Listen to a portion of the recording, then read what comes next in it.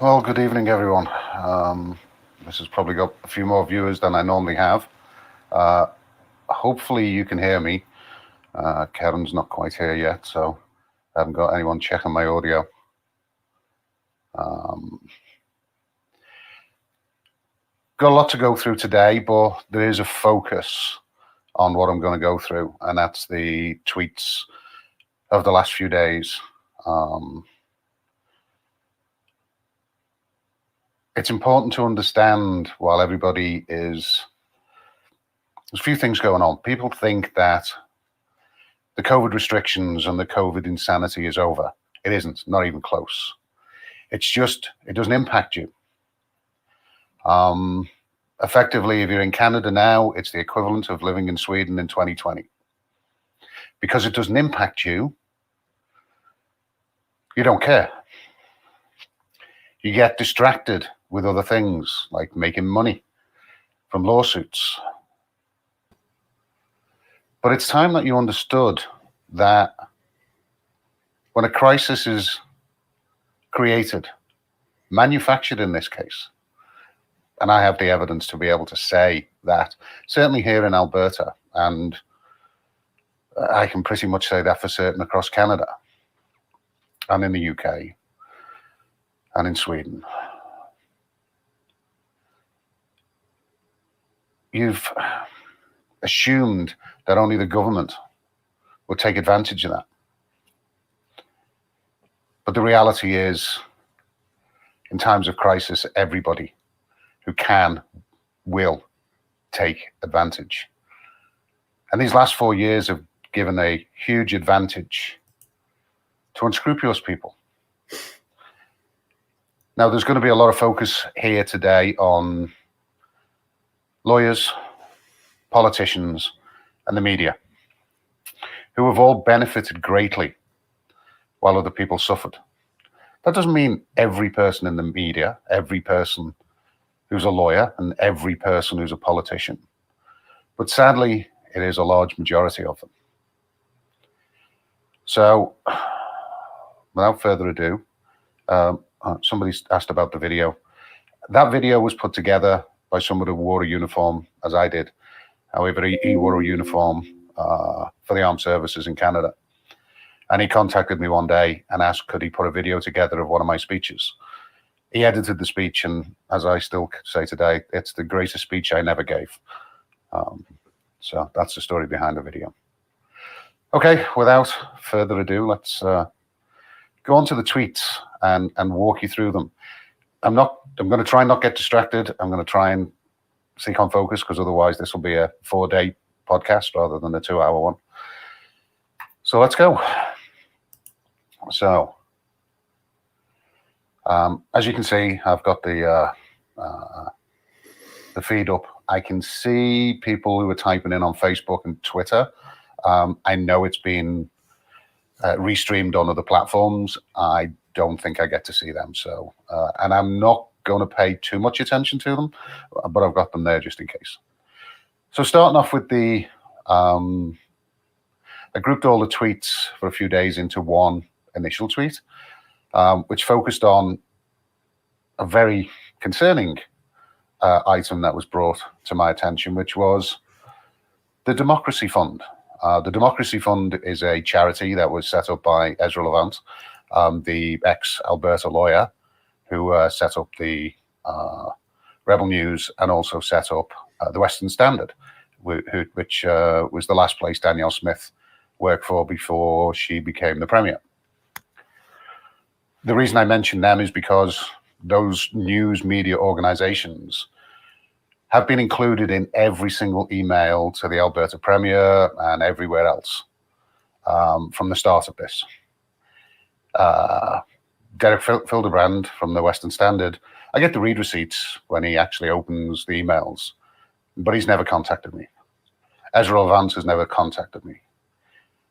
Sheila from Rebel News, when we were outside James Coates' place, I got Roger Hodkinson on site, and she didn't want to interview him till she was pressured into it, and then she didn't really put the interview out. They're questions you should be asking of these media organizations, why? I'm not making any accusations. I'm just asking questions. Why? We have a set of facts that seems something strange is going on. From the very beginning of this, the data was crystal clear. There was no panic. People were not dying the way they were trying to say they were. Not only that, we didn't have anything happening before lockdowns. All-cause deaths didn't go up before lockdowns. When there was no restrictions, they went up after. So with that information in hand, when I first saw legal actions being taken, or what I thought was one of the first legal actions I thought was going to be taken, was for Jerry Dunham by the JCCF. I saw an article by John Carpe, and it said, it made a big deal about Jerry Dunham dying because he didn't get a pacemaker. It was scheduled surgery that was cancelled, and it was cancelled on the basis of the data, the basis that we had too many cases, too many deaths, too many hospitalizations. That was a flat out lie. The government data that was being published at the time, the information at AHS, any nurse that you would speak to or doctor you spoke to who was working in the hospitals, they were empty.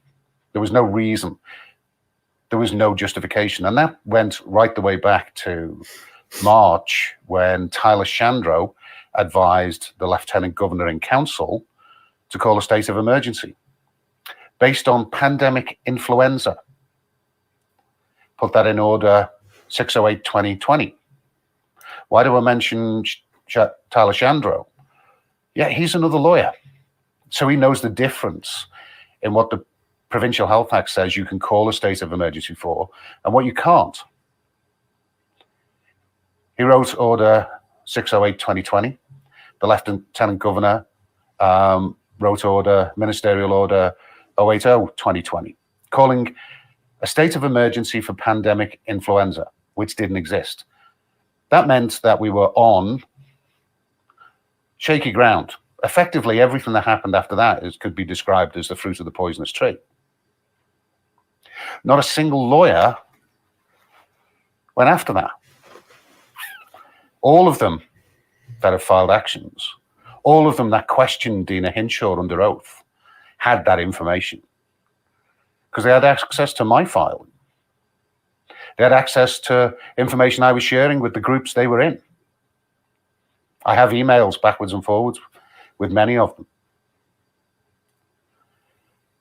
So when I see here, particularly when I'm dealing with a lawyer from the JCCF, who's currently the Chief of Staff for the Justice Minister, who was supposed to set up an urgent meeting with me last year.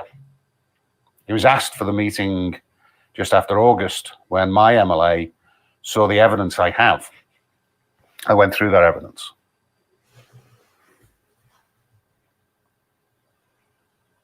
It was so shocking that he went straight to the Justice Minister's office and asked for a meeting. Now, at the time, the JCCF were still running a lot of cases here in Alberta, along with some other lawyers. So this, talking about lawyers acting unethically, something that caught my attention. I posted about it, and I actually had information I still can't independently verify, but I have no reason to doubt what they're saying. And it does add up to what is actually in the Democracy Fund's statement. So in this here we have, I'm not talking about Rocco Galati, we're sticking it with Alberta right now. We've got enough here to go through without getting distracted out east or in BC.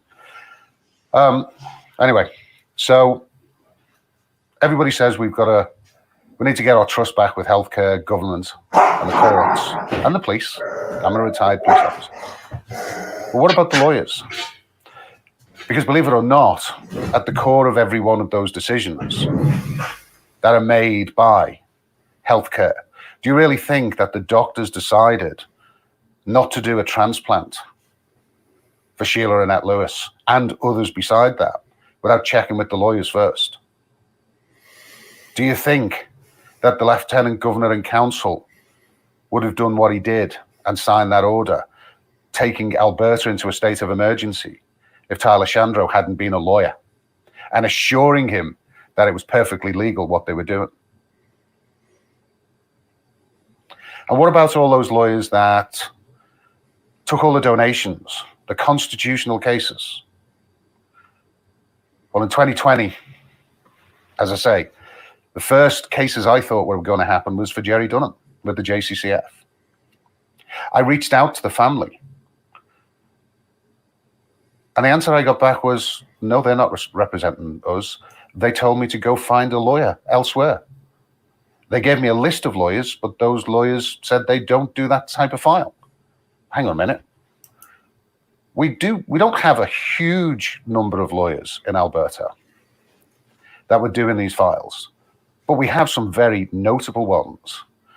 We had quite a clear case of medical negligence caused by misinformation from the Alberta government that caused the death of an Albertan in Medicine Hat, which ironically is Danielle Smith's current riding. And they said they couldn't represent him or his family. After that happened, that family was sent a copy of a letter that the JCCF were using to gather donations. Gather donations that looked like they were representing the family. It was actually a judge that sent it to the family, saying, oh, I'm glad to see the JCCF are representing you. And she said, I don't know what you're talking about. That's borderline something that the Law Society should be dealing with. So again, we have a law firm here in Alberta representing freedom cases. There are not that many of them. Most of them have not got a lot of effort into them either. Certainly, outside of maybe the Coots case. The Ingram case had a lot of billable hours on it, but didn't seem to achieve what it was supposed to. We'll get back to that one later. So who is this law firm? As I say, I have been told that it is a particular law firm. I don't have permission to share that information. But do a search for law firms up north. There's one in Cold Lake. I'd actually contact him and ask him, does he know which law firm it is? But he's blocked me on Twitter. If anybody else wants to ask him or ask the Democracy Fund, go right ahead, because I think it is in the public's interest to know exactly who that person is, particularly when I look at the cases that have been run.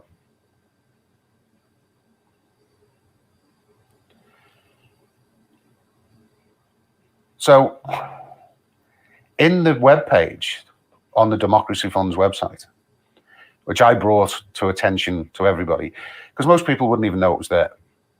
Because the page itself, we go back to the screenshot here. If you look at the documents or the tweets that I put up, and there's a document that has all the tweets in one place, so you don't have to go bouncing around. But in there's actually some code. I am actually a developer. I'm a systems analyst. I'm a data analyst. I'm a lot of things. I've done a lot of things in my career. In here is a tag that tells Google and other search engines not to index this page for searching. So if you go on, even if you have the text of this to search by, you will not find this page in Google. You won't find it in the main websites either, although all the other pages seem to be indexed and easily accessible. So why, in the interest of transparency, warning people about some, $200,000 is a lot of money. The Democracy Fund I think in 2021 had about $2.7 million in donations. This was $200,000 for 2 months. That's a lot of money. Even in 2022, I think they had about $5.7 million. Surely Ezra Levant, being directly connected, this is the organization he set up to help people fight for justice and transparency and freedom. Surely he would have stepped in on this and said, oh, hang on a minute. What's the story behind this? Not a peep. What about his Alberta? It's not his anymore, but the Western Standard. Where's the story from them asking questions of the Democracy Fund, asking for a statement from them? Nowhere. I mean, maybe if Ezra hadn't resigned when he was here in Alberta in 2016, maybe he would be a lawyer here fighting for our freedoms too. But he's not a lawyer in Alberta anymore. But he should be asking questions. And here, it's very clear. They say it's a Northern Alberta law firm. They don't say it's an Edmonton law firm or a Central Alberta or a Southern Alberta or a Calgary law firm. They say specifically a Northern Alberta law firm. They say that his last invoice was for $200,000. And when they questioned it, he refused to provide the information. Then he said he would, and then he said no, he wouldn't. So that would suggest that he didn't get that $200,000, particularly when the next thing they said was that he dropped his clients. He went back to his clients. So there are clients in Alberta facing either some issues with the mandates, losing their jobs, or was it masks? Was it tickets? Something significant for a $200,000 bill. I've dealt with a lot of lawyers. That's a lot of money for 2 months' work. He told those clients he was no longer representing them because the Democracy Fund had refused to pay him. That then leaves those clients without representation. He can't do that. He has to actually find them representation, even if he's firing himself. There are steps that you have to go through. If the information I've been given is true, that didn't happen. There's also some different information coming to me about what was actually said and the reason he said he was firing him, as opposed to what the Democracy Fund say here. The Democracy Fund is quite clear.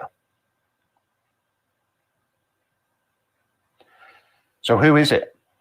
Democracy Fund. Who is it? Ezra Levant. In the interest as a charity in transparency, in the interest of Albertans, and in the interest of getting some trust back with the media and these charities that are funding these lawsuits and the lawyers that are allegedly representing people. I think people need to know. Maybe the law firm can come and make an apology and clarify, because the response when the Democracy Fund actually responded yesterday does not tally with their main statement. And the funny thing is, they said they were going to change their website. Yeah, it's still there today. Just to check, we'll refresh the page. Yeah, still there today. Exactly the same thing.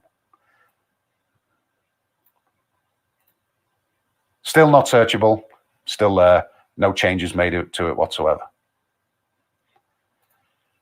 So I'd suggest somebody actually writes to Rebel News. If you're connected to one of their crack investigative reporters, maybe ask them, what's going on with this fund? What's going on with the lawyers in Alberta? And why is it this media is not covering these stories? This is a lot of money for one law firm. Why is this an issue? Because the whole content of my tweets relate to things that are happening with politicians and their connections to lawyers. The lawyers and how they have represented and misinformed on the cases that they've run. The reality of Ingram is very clear. The reality of the filing of Kari Sakamoto, you could argue the sad replacement for Sheila Annette Lewis. The reality of the case with Sheila Annette Lewis. I've covered all of these in my speeches. I keep seeing the same names pop up over and over. In the Kari Sakamoto filing, I actually contacted the lawyer involved. I got no response. So I gave a speech that week. And suddenly, that lawyer reached out to me. I sent documents and some information, and some of the information I'll share today and have shared, to help with them in their fights for Albertans. Got no response whatsoever. To a quick email that would have been very quick to read. I gave a speech, which was about, if you watch the intro or not, was between an hour and 10 and an hour 30. I suddenly get an email back saying, "We saw your speech. We watched your speech. Would you like to join us and help us?" My answer back was, "Sorry, you didn't have time in your response to read my email, but you had time to sit and watch a 1.5 hour speech? That defies credibility." I then responded with a detailed breakdown of the filings and the cases, and I never got a response. But I suddenly got reached out by the team of people who work for free. They have no billable hours. The experts, doctors, researchers who spend thousands upon thousands of hours working for free to help these lawyers put the files together. They got me on a Zoom call, and their biggest complaint was the fact that they didn't understand why the lawyers weren't listening to them, why they were losing cases when they were providing them with all the information. I said, "I have the answer for you," because I had one of the lawyers from the JCCF sit in the car with me and then sit on a Zoom call not long after that and explain to me that for the first half of 2020, they weren't interested in fighting lawsuits because their boss at the time was COVID crazy and wouldn't go after any of that.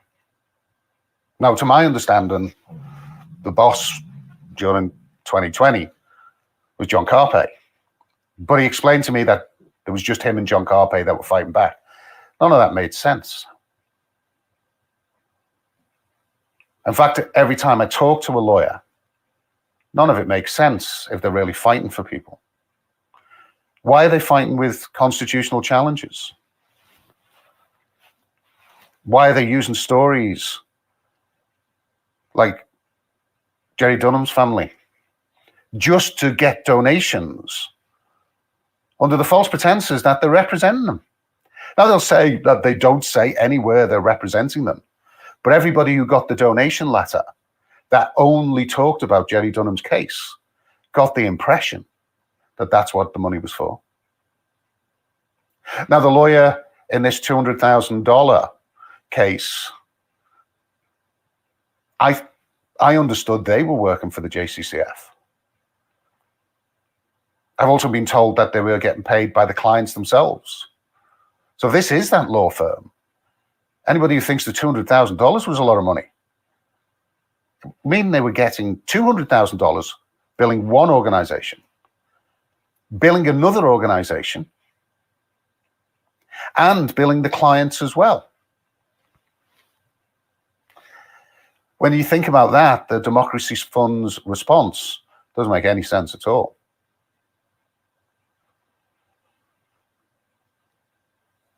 If the lawyers are acting unethically, they need to be investigated. Because we're not talking about some lawsuit about a business losing money. I know that's what they want everybody to talk about. What we're talking about is, since 2020, based on the trend of all-cause mortality and the fact that although we've had a lot of immigration, we have not been importing dead bodies. By the end of 2023, we've had approximately 30,000 excess deaths in Alberta, based on the fact that in most provinces and most countries, all-cause mortality was trending down from 2019 to 2020. I would argue that every single one of them was an avoidable death. That's what this ribbon's for here. It's black, so you can't see it, but you'll have seen it in the intro. I was sick of looking at, there's a ribbon for my colleagues who've died in service. There's a poppy for my colleagues and the colleagues in the armed forces who died. But when we consider more have died, there are more people who died in 2023 as an avoidable death in the UK than all civilians who died during World War II in the UK. So we're not talking about people losing a bit of money. Some of them have led to people dying, committing suicide, losing everything. But we don't talk about excess deaths. We don't talk about the fact that care homes are locked down harder right now when they're on outbreak than ever during the worst of COVID. At the worst of COVID, an outbreak in a care home, the residents were never required to wear a mask. They could still get bathed while they were in isolation. And the worst they saw was a mask and maybe a face shield or goggles. Now, the protocol in care homes, as of today, if you go into a care home in Alberta that's under outbreak, that means 2 people in a 7-day period with a symptom on the many, many list of symptoms for COVID. They don't have to have COVID. They just have to have one of the symptoms. In a 7-day period, some of these care homes have 200, 300, 400 people in them. We're in flu season. They're on rolling outbreaks. To actually see one of those people, a designated support person now, without any exemptions that even Dina Hinshaw wasn't crazy enough to say you can't have exemptions. To get in to see them, KN95 mask, face shield, gloves, gowns. How do I know? That was us at Christmas. I'd just like to let you know. They were told exactly what to do with all of that while I was in there. I just spoke to the CEO at Capital Care, the largest single care home group in Alberta. She checked with her lawyers. Nobody told me to put a mask on.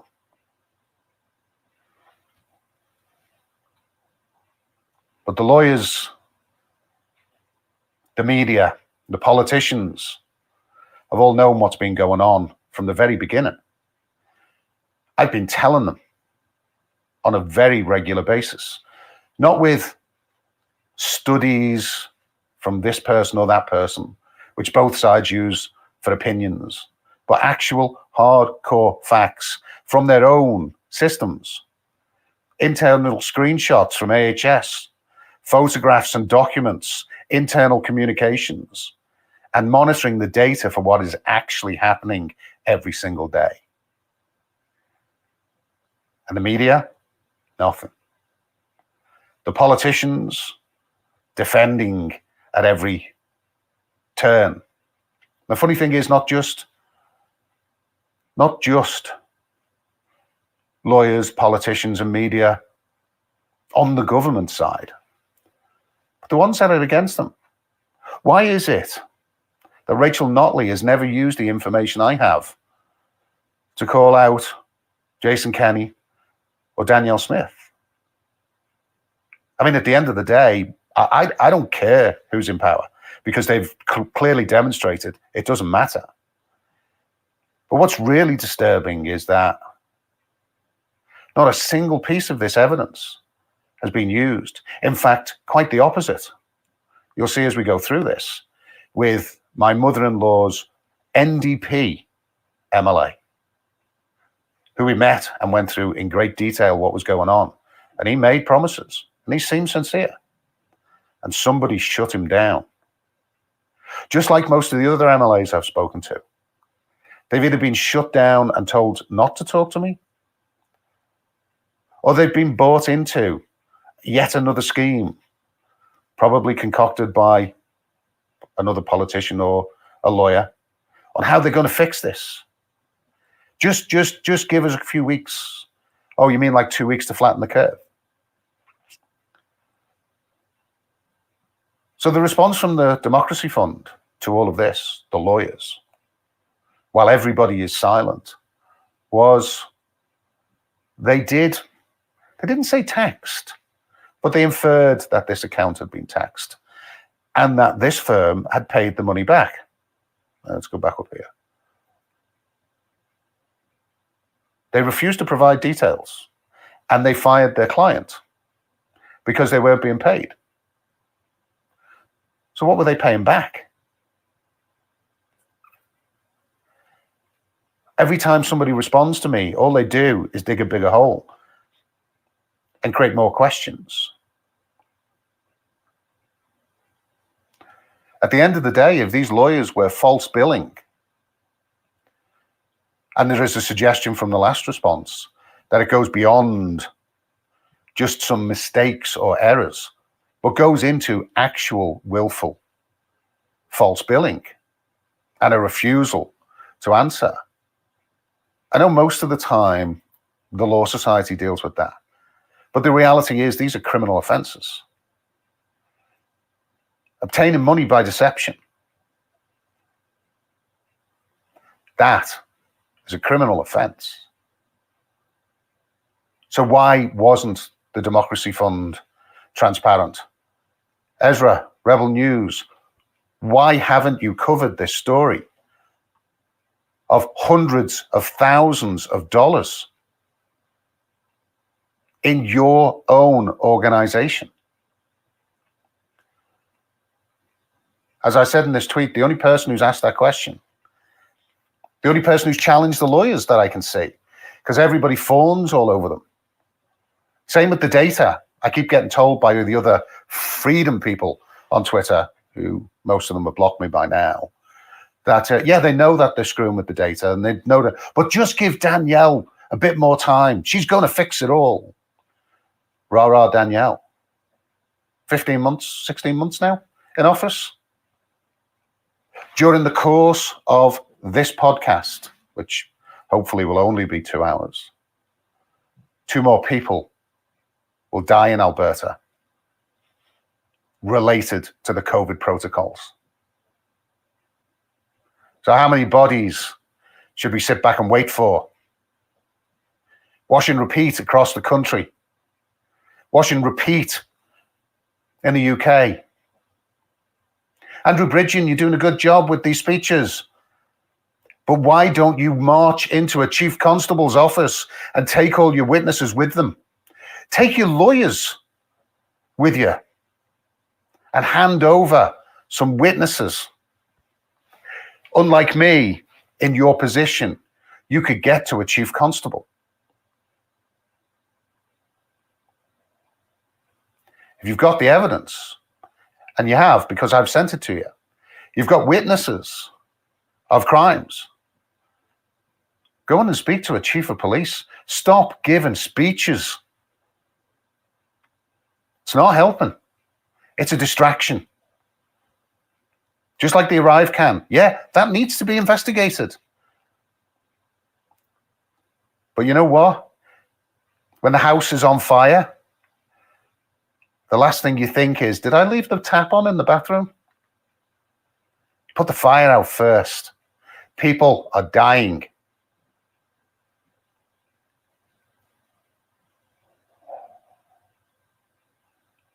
So the second tweet in that stream was just explaining to people who are not technical that this page was deliberately hidden. That isn't an accident. It's not a part of a template where they forgot to take it off because none of the other pages have got that no index on, of the ones that I searched. And I searched a lot of the site. It's part of what I do with my compliance audits, privacy audits, and such like. Internationally, across the world, I do this.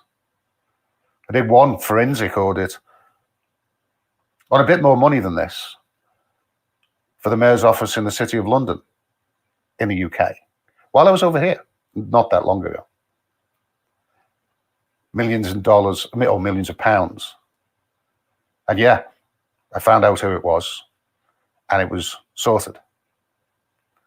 This is simple stuff.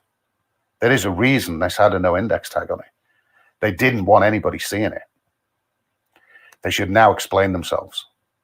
And Ezra, you have a duty as the alt media, as the independent media and trusted media you say you are, to tell everybody what the hell's going on with the Democracy Fund and some lawyer here in Alberta that is abandoning clients and scamming money.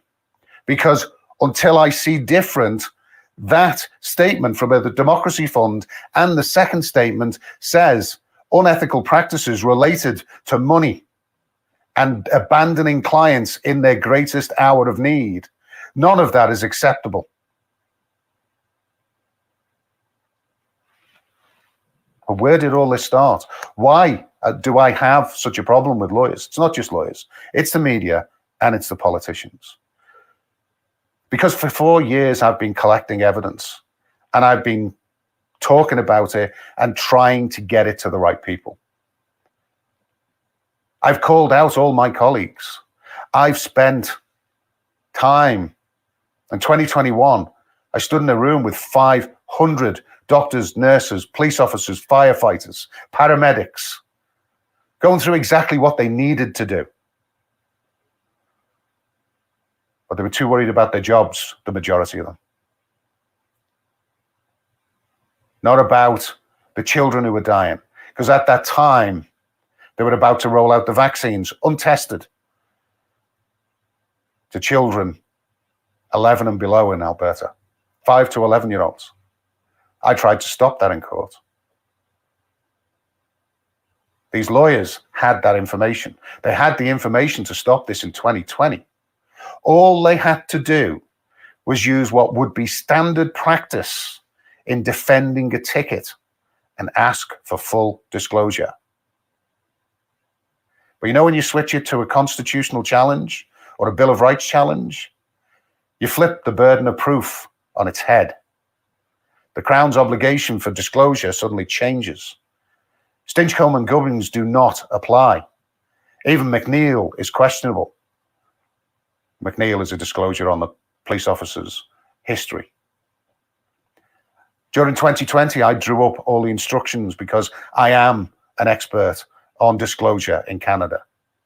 I developed the protocols, the processes, and the systems that they use.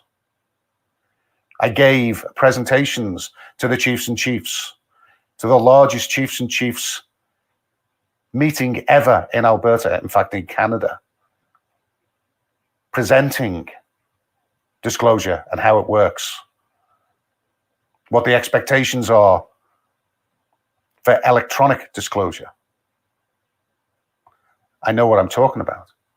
I handed that to all the companies and businesses and individuals I was working with in 2020. Everyone I worked with walked away from their tickets. Most of them didn't need a lawyer. As soon as the Crown was hit with a proper, structured disclosure package, I ran Zoom calls with gyms. I don't remember Ingram being on those, though. With restaurants, even speaking to churches. Ones that were supposed to be represented by the JCCF. There's 2 of them in Red Deer in South Alberta that ended up, as a result of these lawyers failing to appear, had multiple bench warrants issued for them. Not only did they not get proper disclosure, not only did they not get the tickets dropped, in fact, one of them actually walked away, did it herself, I helped her with everything. And the Crown eventually dropped it because they did not want to produce disclosure. She didn't have the ability as an unrepresented client to force the disclosure hand. But I worked with another lawyer, actually Marilyn Burns, who's now representing someone in Coutts. I went through how to put a disclosure package together properly because she didn't understand. When the Crown came back with their arguments, I was the one working through the response to the Crown's desperate attempts to say Alberta Health Services is a third party. They're not. However, Danielle Smith's about to make them a third party so they don't have to produce evidence. Once she separates them from their direct involvement with the Alberta Health and creates these new organizations and makes them an external contractor, they become a third party. And she gets to say, oh, we just can't get the data from them. Yeah, this idea of changing Alberta Health Services, concocted by lawyers, is a scheme to make Alberta Health Services the largest private health organization in North America, owning all of the labs, because they've just been given all the labs. Alberta Precision Labs is a wholly owned company by AHS. Capital Care is the largest care home organization in Canada. Put those three together, AHS now becomes the biggest private health company in Canada. Do you really think the Alberta government's going to have any strength in negotiation and say, oh, you need to do this or we won't give you the contract? And they say, fine, go find another hospital. Go find another lab. Oh, there aren't any. We just created a monopoly for a large proportion of healthcare in Alberta. Instead of doing that, why not use the Provincial Health Act as it's designed and make sure AHS does exactly what it's supposed to do? She has the authority to do that. Danielle Smith has the authority. Adriana Lagrange does. Jason Copping did before him. And Tyler Shandro used that authority to great effect to persecute businesses and individuals, and churches in particular.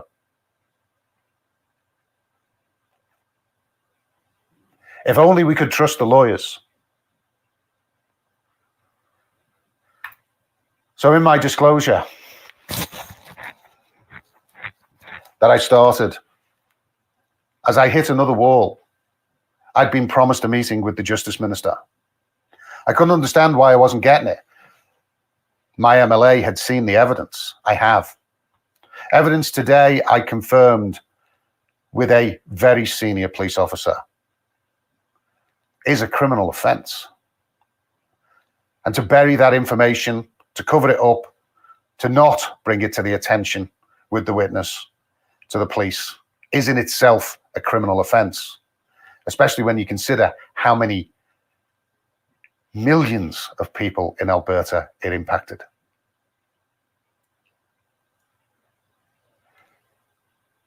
That information was given, along with other stuff, to our Justice Department and to the Health Minister's Department. Eventually, after a lot of pushing, and my MLA trying everything he could, the promise of a 2-hour meeting then came back from the Justice Department saying, we've got all your emails. Now, bear in mind, everybody in that department pretty much is a lawyer. The response was, we're going to see you, and it's going to be shortly.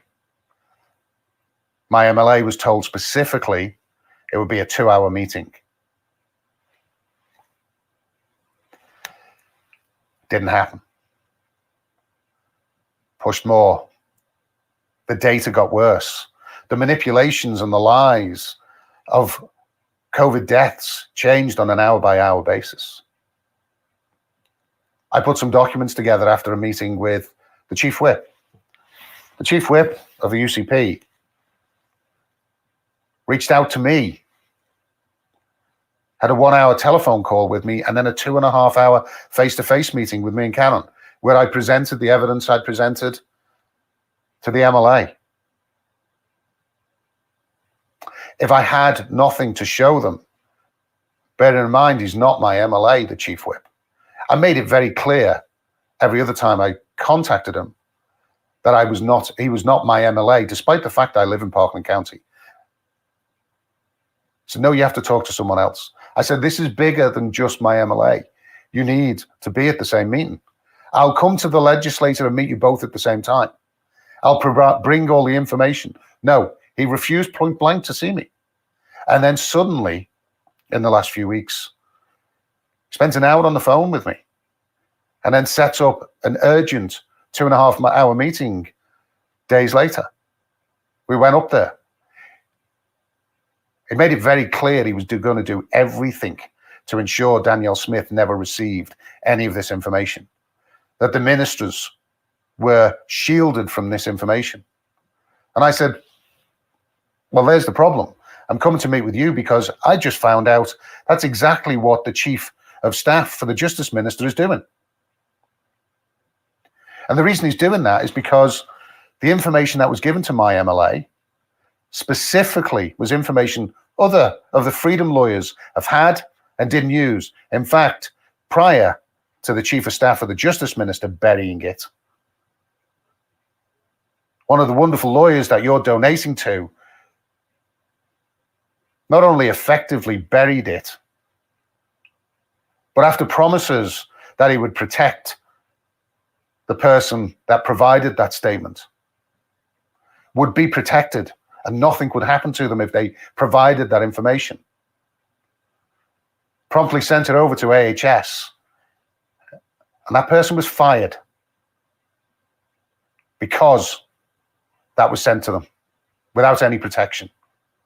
When they called up that lawyer, the lawyer's reaction that you donate to, that you're currently probably looking to donate to with another big case, laughed at them while they cried on the phone and said, yeah, I thought you'd get fired. If you heard Jason Kenney had done that, you'd be screaming for his blood. But instead, you're cheering these lawyers on. You continue donating to them millions and millions of dollars. And all it does is delay. All it does is give you false hope. As I've said, they've told me face to face, they don't intend winning these cases. Certainly, one of the senior lawyers at the JCCF said, we don't intend winning these cases. We know we're going to lose them. But we'll just keep appealing them. And then eventually people will lose faith in the courts. Well, I think that has happened anyway, but maybe in 2020 that wouldn't have happened had they actually done their job. Maybe in 2020, when they were persuading James Coates, the preacher, to put himself in a situation where he turned himself in for police bail, which he didn't need to do. It was a ticket, not an arrestable offence.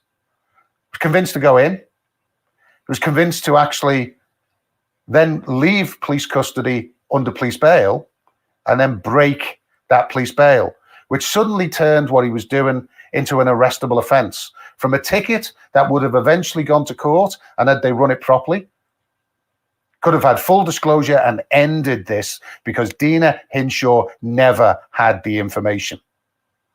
This province didn't lock down on the 16th or 17th of March 2020. It effectively locked down on the 12th of March when Dina Hinshaw, under Section 29, before the state of emergency was called, used Section 29 of the Provincial Health Act, as she can do if she has evidence.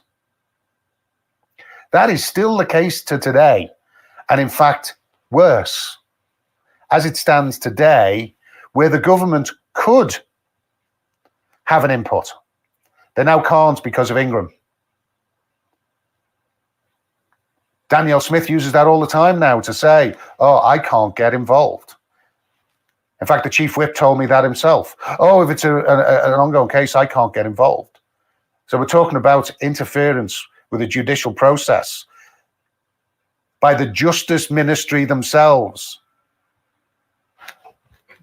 Knowing that information, wouldn't you think Janice Irwin would speak up? I mean, she's quite mouthy about everything else. Why is nobody talking about it when they have the information? Why is nobody talking about the data manipulation?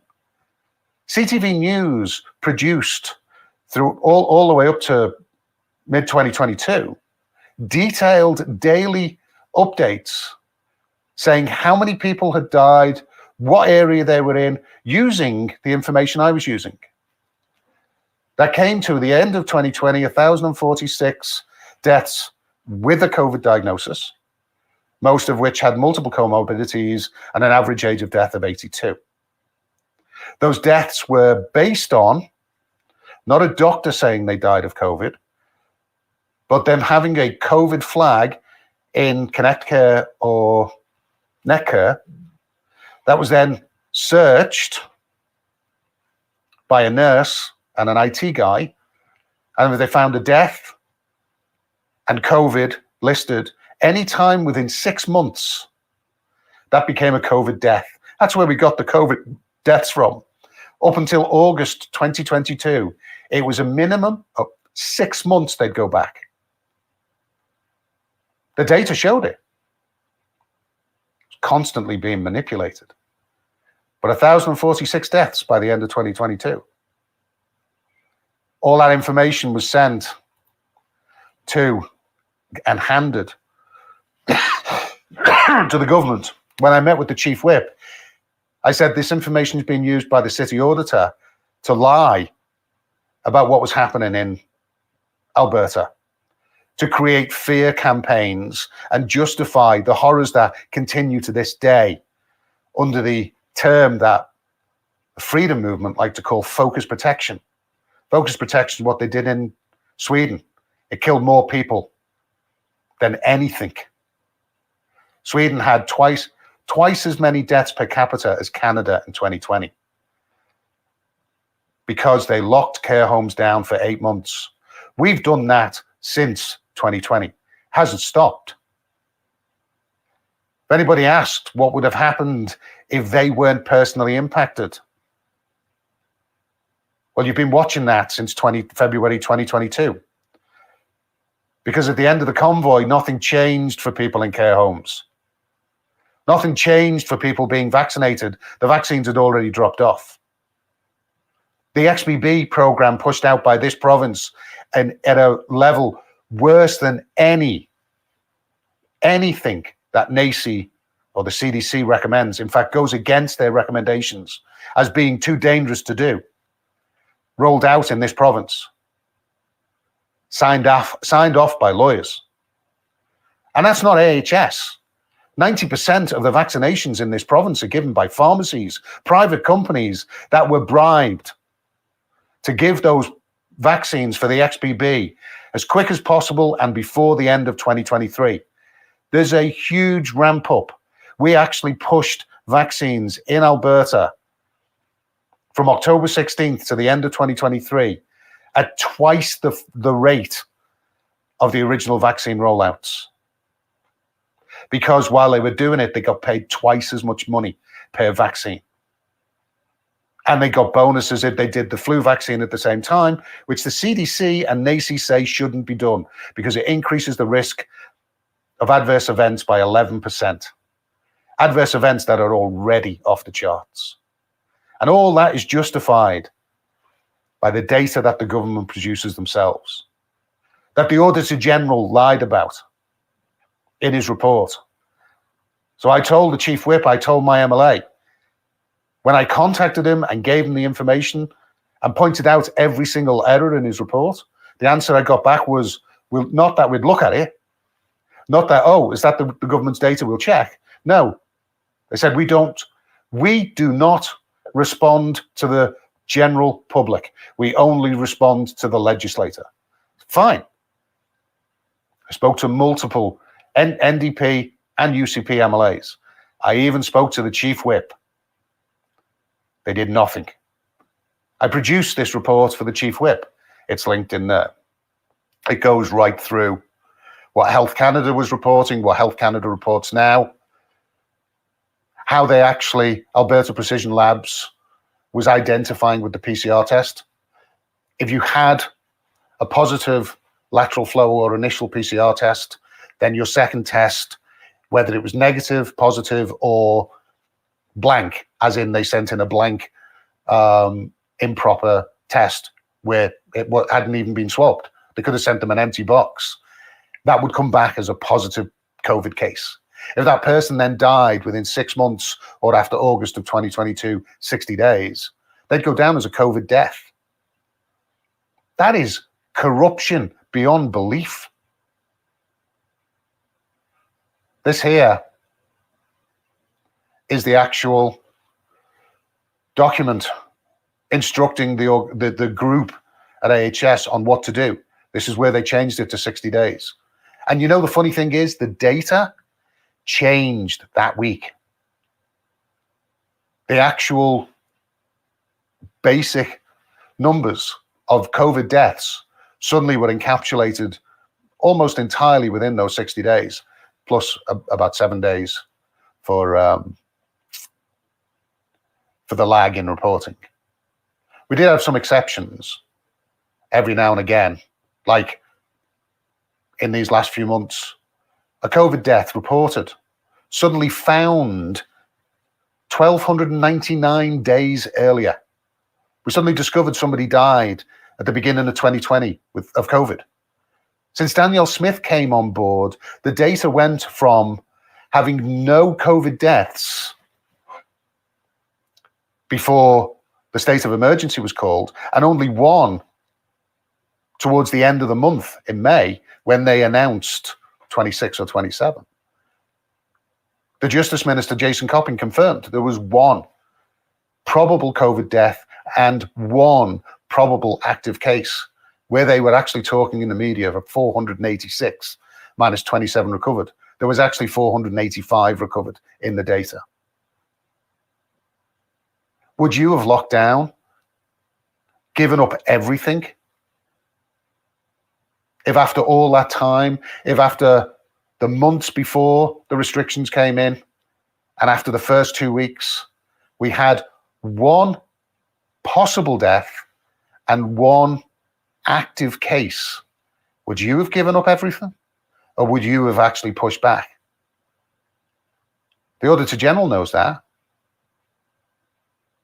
The Chief Whip knows that. The Chief of Staff at the Justice Minister's office knows that. All your freedom lawyers know that, because I've given them all the information linked to the government documents. All your freedom statisticians know that, but they don't report it.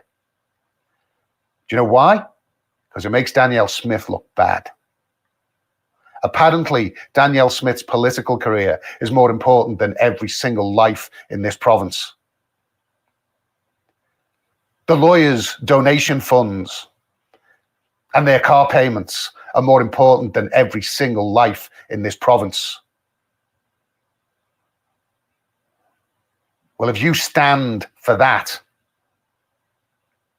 then you're as bad as them. If you can look grandma in the face and say, you don't matter, as long as Danielle's covered, as long as Mickey Amory's covered. Mickey Amory, our Justice Minister, during COVID, the COVID years, that haven't stopped. He was the Minister of Children's Services. We had people from foster parents crying to us, asking for help, because they've been told by his ministry, either vaccinate your children or they'll be taken off you. That's why the Chief Whip wants all this covered up. That's why the Chief of Staff wants this covered up. Because the evidence I've got doesn't just implicate the government. It implicates them all. Everything they've done that relate to criminal activity. Go through these documents. I'm not going to go through the numbers. All the numbers are laid out there. The Chief Whip was quite happy to get me a meeting with the Chief Constable in Edmonton Police. to actually present this. That's how serious it was. And hand this over and direct the Auditor General that he had to go back and look at this stuff, until I sent him the briefing paper, which showed that a large portion, potentially the majority of the manipulations, have been done under Danielle Smith's government to cover up the crimes of Jason Kenney's government. And the funny thing is, the NDP seems happy with that. The alt media seems happy with that. Of course they are. And the lawyers are ecstatic with that. Absolutely.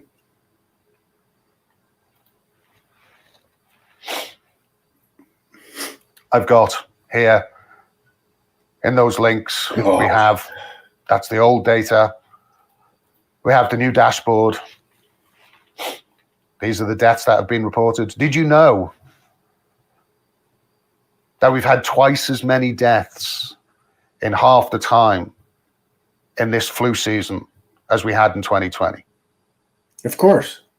Where are the big red dots on the screen? Where are the dots in the supermarkets? Where are the isolations, the lockdowns, the business closures? Do COVID deaths not matter anymore? The reality is there are no more provable COVID deaths than there were then. But why do they not matter anymore?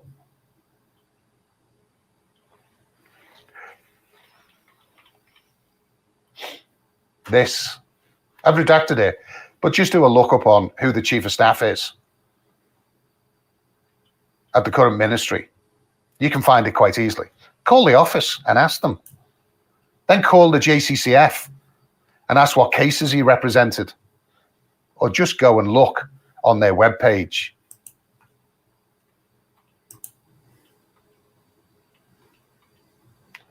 He apologizes in here. Another lawyer. Who's paying him? The JCCF, the Democracy Fund? Where's the money coming from? Where is the media interest? Again, we're not talking about just some billables where lawyers got a bit of extra money for their car payments. We're actually talking about the deaths of people that are continuing to this day, because nobody wants to talk about it. If Danielle Smith is the hero you say she is, if the lawyers are the heroes you say they are, why are they not talking about the fact that in Canada now we had pre-COVID vaccines, an average of 135 serious adverse events reported by doctors. We have now over 12,000. It's 11,702 in the last report, but that's a couple months old now. The majority of those vaccines were given before a single mandate. They were done through the fear and coercion campaigns that continue to this day, through lies about the data, through lies about the recommendations of what's safe. And if you had a vaccine in 2020, this was the part, talking to a chief constable today, that I was a little bit surprised about. I have some directions now on what to do next, seeing as though the government doesn't want to do something. What happens next, hopefully, is people start getting arrested. Because criminal offences were committed. If you got a vaccine in 2020, do you know that you actually don't know which vaccine you've got? You're just making an assumption. Because in some cases, in a lot of cases, the nurse wouldn't have known what vaccine she was giving you. Or he was giving you. Shouldn't be sexist. In the vaccination clinics that were set up, they were told they'd pre-fill the syringes in the back. Nurses were just given syringes already filled. They can't do that. That constitutes an assault.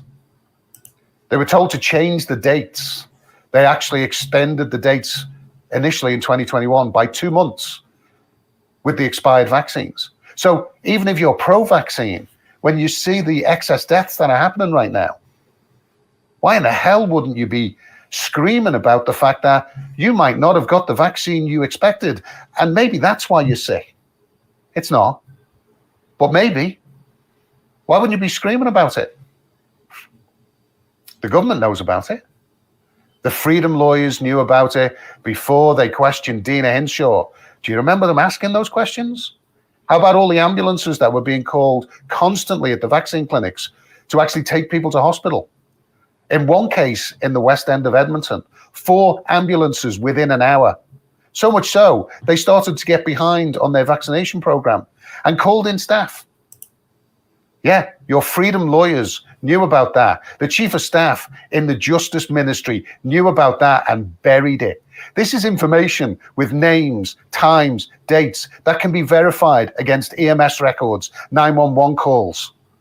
The police had something they could investigate and end this. Instead, we have a premier that by the end of that year in 2021 was collecting money for the JCCF, $100,000. Most of it donated to the JCCF. 15,000 went to Danielle Smith's personal lawyer to do a study as to whether they had a case or not for early treatments and to bring in the Janssen vaccine, considered in almost everywhere in the world more dangerous than AstraZeneca because it effectively was a double dose of AstraZeneca.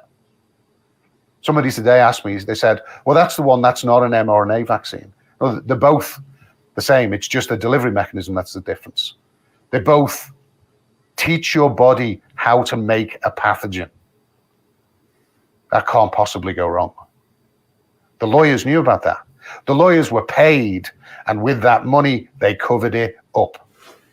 Now they're inside the government, covering it up, trying to protect Danielle Smith's political career while people die. Well, Danielle Smith knows about it because through Jamie Soleil and Theo Fleury, she's had it sent directly to her. I've sent it directly to her in 2021, and I've got responses from her. And yet, the end of 2021, while nurses, GOA employees, doctors, police officers were desperate because the mandates were being rolled out.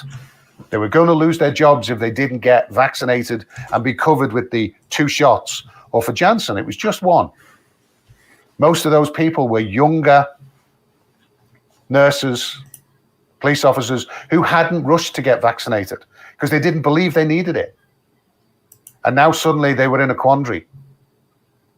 Based on the age of retirement for police officers and all these other people, most of them were under 50 years of age. Danielle Smith explained in great detail, which her lawyer didn't know, on that GoFundMe, how to travel to the US, to get tested, to take the 1 shot so you could keep your job. Didn't fight back against it, didn't push back against the mandates like she didn't in a restaurant. Pushed to actually get people, persuaded people to take a vaccine. Did she know it was dangerous? Well, in April of 2021, she knew exactly how dangerous it was. She wrote to me saying, there will be a reckoning for these people. There's a reason that the pharmacy groups and the manufacturers got a get out of jail free card. I'm paraphrasing. You can check on my website, man. You'll see the emails and the communications directly with her. And then suddenly 6 months later, she's pushing the most dangerous vaccine at that time, banned in most countries at that time, and banned from being given from anybody younger than 50. And she's pushing it on people that are under 50, telling them to travel to the US where they would get it at any age. And then doing a private podcast with a business in Calgary. And again, I've got the audio for that if you want to go bother looking at it, listening to it. Nobody's asking her questions about that. People are saying, oh no, she's fighting for us. She won't tell us. She says it's none of everybody's business to know what the vaccine status is. She wasn't shy about that in October 2021 and November, when she actually said in her own words, You should not get this vaccine. I got it because I'm over 50, she said. But you should not get this vaccine if you're under 50 because of the serious risk of thrombocytopenia. That can be fatal. She never went through with those lawsuits, though, but still kept the money. We gave it to the JCCF.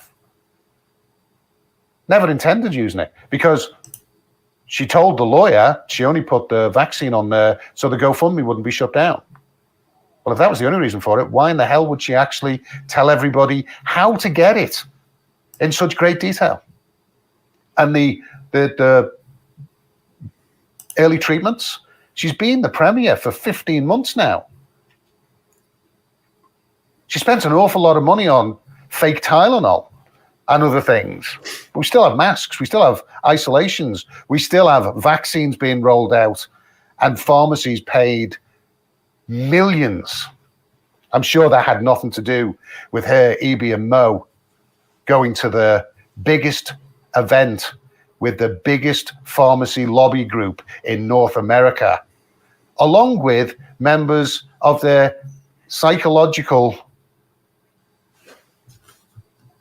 social engineering company that they teamed up with. Drinks were on them.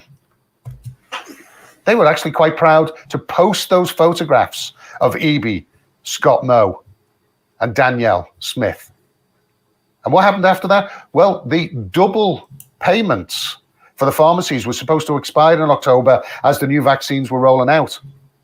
And the Alberta government decided to keep those payments till the end of the year, in line with what the British government was doing, which was get as many people vaccinated as possible before the end of 2023, before we hit what we're rolling into now, the second round of flu season, and more importantly, for anybody who understands what ADE is, coronavirus season. What was the rush? What was the reason for the bribe to get everything done before the end of the year? Nearly 800,000 Albertans rushed and got their flu and COVID vaccine at the same time, from 6 months up.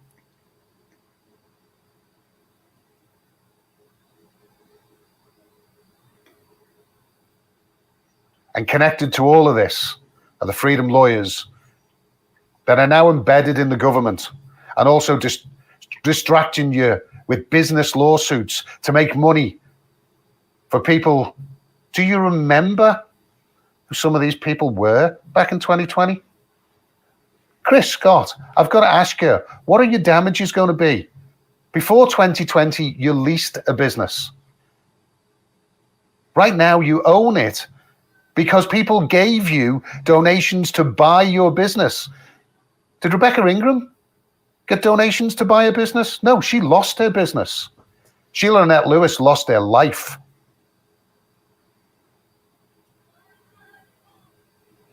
But Chris et al., they're all big Danielle supporters.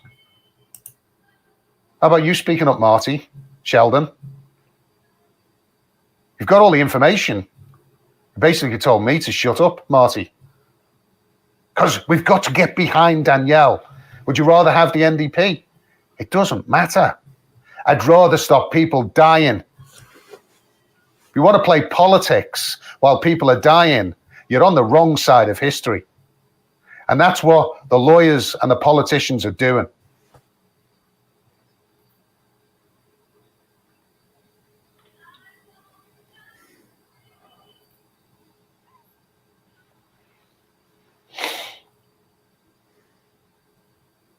Danielle Smith's government has changed the data.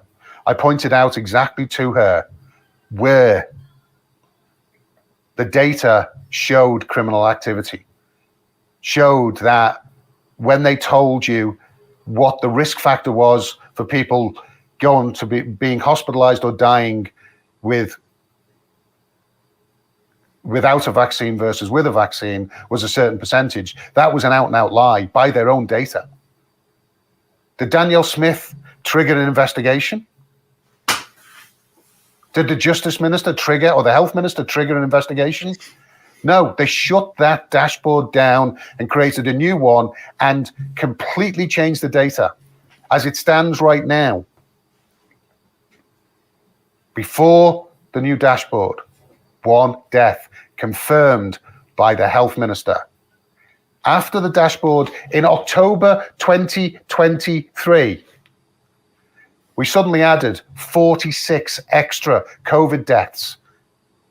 In total, that number went up from 1,046 to 1,587. Health Canada's data, which they get from Alberta Health, still says 1,040. Someone's lying. But the Alberta government needs to lie to shore up a narrative that is false. That is a criminal offense. People based their decisions on being vaccinated, based their decisions on giving up their business. Because you know what? Not everybody fought back. Some people lost everything. Some people implemented the REP. Some people went to takeout. Some people did whatever they could to survive, while others didn't. Others fought back and lost everything. Unless, of course, they were lucky enough to be a celebrity and have everybody pay for their business for them.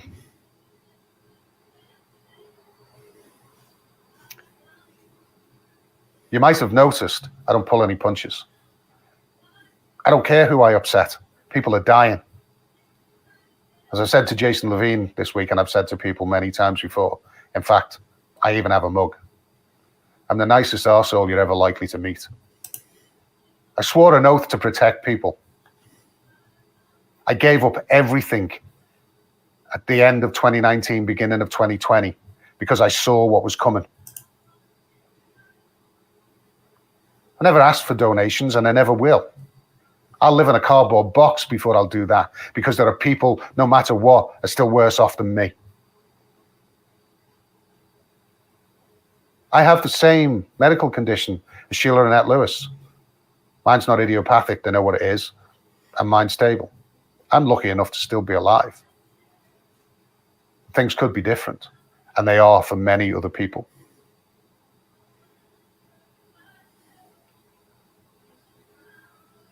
There are people in this province that are dying that don't need to die because of lawyers, politicians, and the media providing cover on both sides for Danielle Smith. Why? Does she even know? As far as I'm concerned, she does. I've got the receipts to show she does know. So why is she not talking about excess deaths in this province? Why is she not talking about the fact that AHS and the private care homes like Covenant Health, which is not run by AHS, they report to AHS, but they're still a private contractor. Do you know, the chief of staff said, the chief whip said to me, oh no, we'll be much better off once the AHS is a private contractor, because they'll do as they're told then. Whereas right now, they'll only do something if there's a ministerial order. Yeah, that's how ministerial government departments work, is if they want another department to do something, there's a ministerial order. However, as the health minister today, before they actually do what they're about to do, can actually drag the CEO of AHS and anybody they want into a room and say, we're changing your bylaws. We're changing your staff. You're going to do exactly as you're told. But they won't. Because that's never been the intent. Everything that happens at AHS happens with the sign-off of this government, and always did.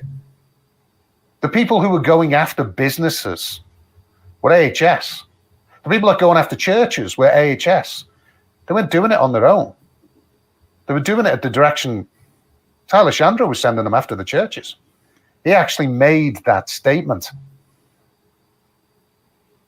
Who created the billing code for the doctors who are not employed by AHS? They're actually employed by the Alberta Health government. In the middle of a press conference on a new test for newborn babies, he suddenly blurts out that he's created the billing code for doctors to specifically search their private healthcare records, specifically to find the ones who've not been vaccinated and to chase them up. That is a breach of the Health Act and the Privacy Act, because it's an improper use of the healthcare system to actually go hunting people down, to coerce them into getting vaccinated. He created a financial incentive for doctors. Yes, Rachel Notley said she would go door to door. What's the difference? Hold them down or hunt them down? Have you worked out yet? All of them, both sides, all in it together. Right now, under Danielle Smith's government, in care homes, if you are somebody who's a resident who for nearly 4 years has been told they never have to wear a mask, maybe they have a condition like mine and Sheila's, and they can't wear a mask. Doesn't matter whether you've got an exemption or not. They are told, if you cough, we'll say it's COVID. If you coerce you to test and it comes back positive, we'll put a red box outside your door, and you'll be effectively locked in that room for 10 days without proper care, without access to a shower, because most of them don't have showers in their room. Everybody you see will be gowned, gloved, masked, and face shielded, despite the fact that most of them have cognitive issues due to the reason they're in there, having had strokes or similar. If at the end of those 10 days, they say, I can't wear a mask, then they're forced to remain in that room for another 10 days. I spoke to the CEO at Capital Care about that and told her that that is unlawful detainment. Doesn't matter. And the director at Capital Care, Dickson, said, oh, no, we can't do that. I said, but you are doing it. You don't have to lock the door for it to be unlawful detainment. If you coerce somebody in this Milgram experiment we're in to this day, that's unlawful detainment, unlawful imprisonment. If you force them into a medical device, a mask is a class 1 medical device. Specifically, if you force them into a KN95, that is not even allowed in China right now. And yet they're handing them out at AHS facilities and Capital Care and Covenant Health facilities, because that's the current order. HCS 315 brought in June, when you were told last year that continuous masking is stopped and masking is gone from Alberta. That was a bait and switch, and that was the reason I ended up back at the ledge last year, to tell everybody about that bait and switch. What did Danielle do about it? Nothing, because nobody notices. The people who are going into care homes just do as they're told. And as a result of that, they die. 1 unit out of 12 units in my mother-in-law's care home. Last week, 2 more residents died. The week before, 1 on another unit. That's just 2 out of 12 units. 3 deaths in 2 weeks. Their normal rate of death in that care home pre-2020 was 14 to 18 a year. Since COVID came in, they've had 12 COVID deaths. But they've had more deaths than the whole population of the care home. Not from COVID, from being isolated in their room, developing blood clots, osteomyelitis, getting so sick they're then sent off to hospital under COVID protocols where they're given medication that will kill them, like they did in the UK, or they're put on a ventilator where there is a 90% chance they will die. And they'll go on a ventilator if more than 5 liters of oxygen is needed. This government knows about all of that, and it continues to this day. Danielle Smith could stop it just by telling the police that the government before her and the government underneath her, somebody in the department, is manipulating the money. And it's real easy to find out who's doing it. Because short of actually destroying the mainframes, there are audit logs on everything. From the audit logs to then the ETL transfers of the data. Then there's the reports that were pulled out to actually create the website updates. It's impossible for them to remove the evidence. Even if they tried, I've got backups of every single piece of it. They can track with their audit logs. I can go and do it because I've done it. Forensic investigations are my specialty. Give me 3 good coppers and 2 of my IT people. I'll have a rest by the end of the week. And Danielle Smith, if you don't get your shit together, you are on the list. You don't just have the power to do it. You have the sworn duty to do it. The Justice Minister as well. And the Chief of Staff, a lawyer, a freedom lawyer. And the guy before him who laughed at the nurse that got fired. I know who you are. I have the evidence. It's going to the right people. I've followed every single rule up to now so that nobody can accuse me of doing something wrong. Well, now we take the next step. This video is part of that.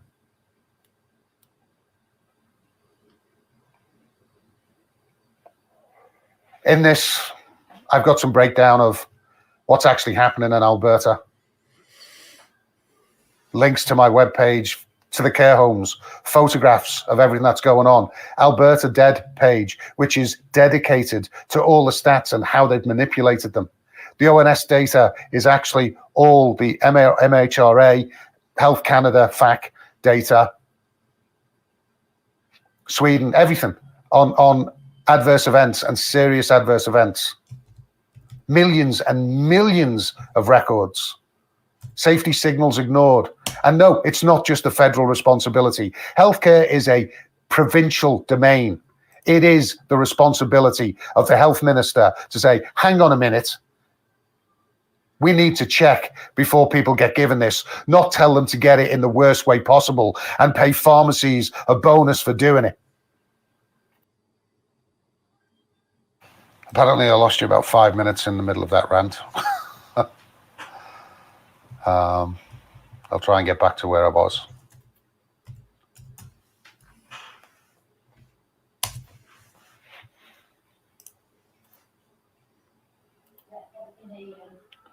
Okay.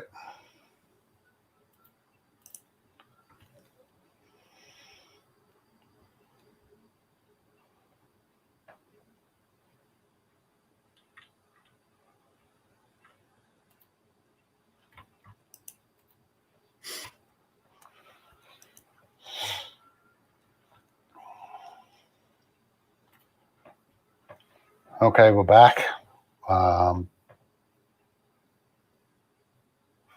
I've just checked the X is working and Facebook. There must be something going on with the Restream server. Either that or Keith Bridgens called a friend.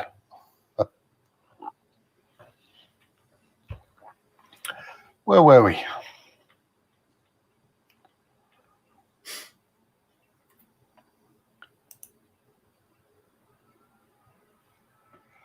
Right, well, people can catch up. It is recorded, so you'll catch the second one. So after being blocked by the Chief of Staff, a lawyer, ex-JCCF lawyer, who made it very clear that I'd now run out of any opportunity to speak with, so yeah, the Chief of Staff of the Justice Minister. There was no way I was going to get to the Justice Minister, which really needs to happen. In fact, I was offered the Health Minister or Justice Minister or the Premier. He just needed to know what I wanted to talk about. So I sent him a note. And in there it mentioned freedom lawyers. And then he said, no, you're not meeting with anyone. You're just talking to me and I need to see what you've got. It's like, well, I can't show you what I've got because you're in it. So then I met with the Chief Whip. Again, I ask anybody, How many meetings does the Chief of Staff of the Justice Minister take with the general public? How many meetings does the Chief Whip take with people who are not even in his riding? Yeah, they know what I've got. How many people does the Freedom Lawyers send threatening letters to? I know they didn't follow through with any of them. I'm quite happy, as I've said to any one of them, if you want to come after me, come get me. Because you know what happens when you come get me? Everything gets in front of a judge. I'm good with that. I don't care how we get there. If you want to come at me and get us there, I'm good with that. Because I'm not going to be the one sitting behind bars at the end of it. And actually, when the people find out what you did, behind bars is going to be the safest place for you. Fucking A. 2.5 hour meeting with the Chief Whip. He said, "Oh, we've got some stuff we're going to do in May." I said, "Do you know how many people are going to die between now and May?" Quite nonchalantly, he said, "Probably about 4,000. How can you say that about Albertans? Because of politics. Because you want to protect the government and Danielle Smith. You just sit back while 4,000 Albertans die unnecessarily. Yes, his job is to protect the Premier, the party, and the government. I'm not sure what he meant by threats, both foreign and domestic. Was he talking about me being effectively originally a foreigner and now domestic because I'm an Albertan? Who knows? Another MLA wanted me to stop and slow down. And, oh, no, I'm not telling you to do that. I'm not telling you to do that. But if you want me to work with you, then you're just going to have to wait. So why don't you speak up? We've got all the information. We've got everything we need to put people in jail. Why wouldn't you help? Oh, well, because I'll end up being an independent. Oh. So being part of the UCP is more important than Albertan lives. Great. 100%. Billables for lawyers is more important than Albertan lives as well. And where are the media? Nowhere. And what happened to, do you know, if it was down to the Freedom Lawyers, James Coates would have spent as much time in jail as the Coates for. Because he wasn't in jail because of what he did. He was in jail because he couldn't or wouldn't, because his lawyers told him not to, agree to bail conditions. I don't know what's going on with the Coates for. But are they being advised not to agree to bail conditions? Because if that happens, the judge has got no choice but to keep them in jail. I'm a little bit confused as well as to why Alberta justice has not been forced on such a case, and PPSC hasn't been forced to full disclosure. It's a legal requirement. 100%. They don't get to slow walk disclosure. 100%. So what's going on? It's really simple. I can draw up the template for them. In fact, in this material, in these tweets, I'd link to the basic breakdown of what a disclosure package request needs to be.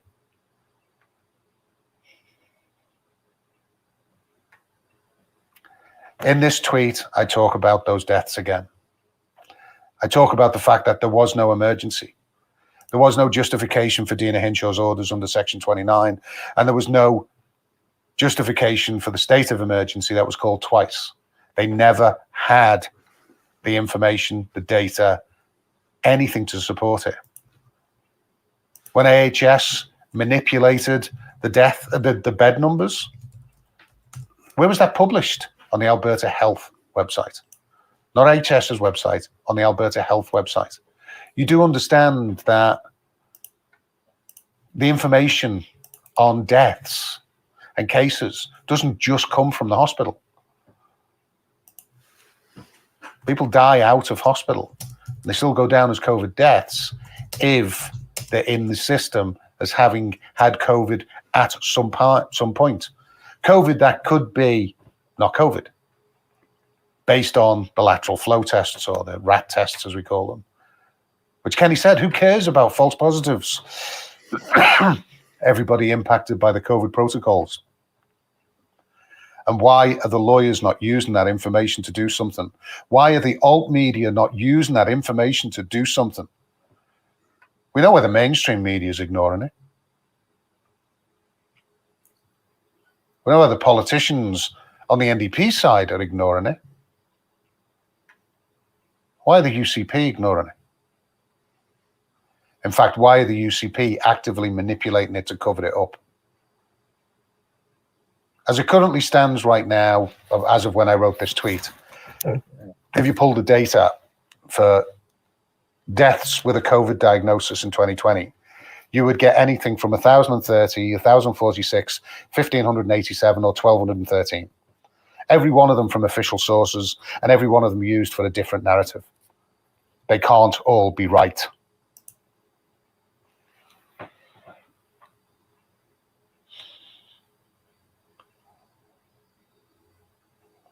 As I say, you can look at these on the main webpage or on the tweets.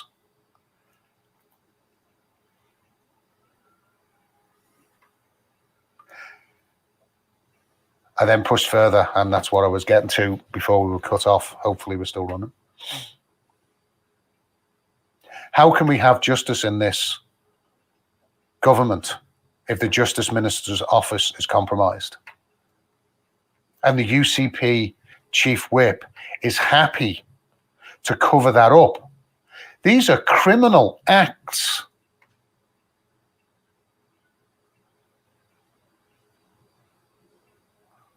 Why is it being allowed to happen? More importantly, why is the mainstream media, because this is all verifiable, pick up the phone and ask who the Chief Whip is, then go and look on the JCCF website and then look at the material I've produced. The Chief Whip, even if you didn't know all the extra details, just the very fact that he was one of the freedom lawyers who was involved in negotiating these cases and is now directly preventing communications getting to the Justice Minister about the cases he was involved in. Well, the Law Society has things to say about that. But when you dig deeper and find out what it was, the police and the justice have things to say about that.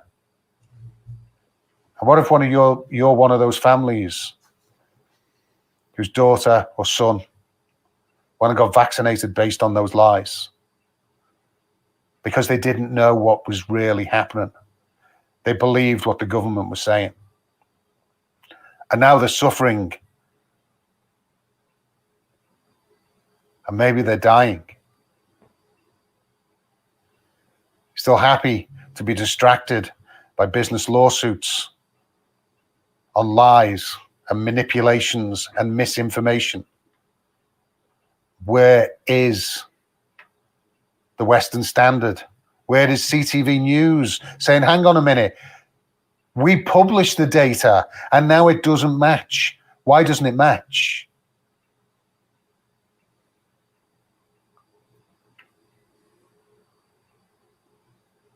As I say, if my MLA had seen maybe different information, because I have lots of information. I have lab reports from Alberta Precision Labs on placentas from vaccinated women and the damage it was doing. What was Alberta Health doing during that time?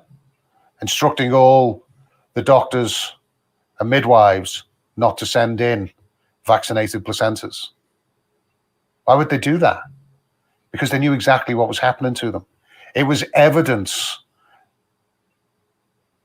of impact from the vaccines that should have stopped those rollouts instantly.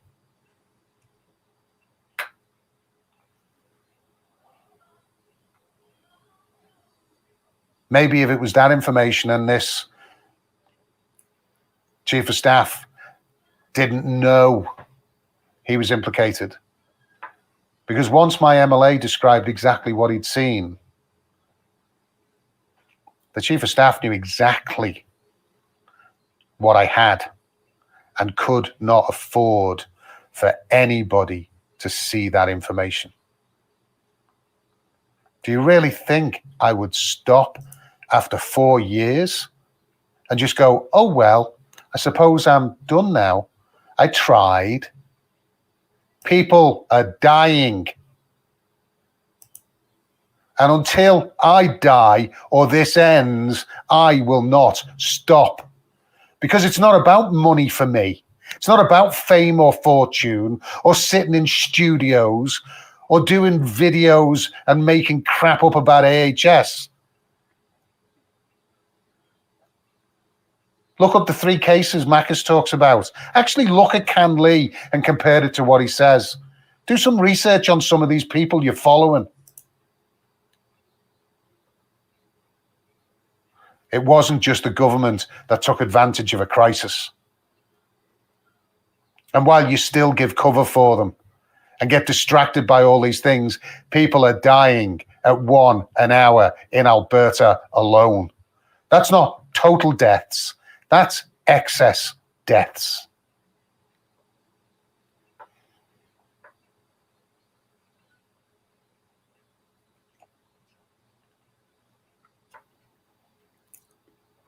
So people have a duty to act. You need to get hold of every single one of your MLAs on either side of the aisle and demand action, demand answers. If you're somebody who's witnessed these crimes, get hold of me, because I'm going to get in front of a chief constable. I have witnesses. People are going to go to jail. And when this all comes out, they will be happy they're safe inside the jail until the prisoners find out what they were up to. And their isolations and their vaccinations were the result of the lies that are continuing to be told today.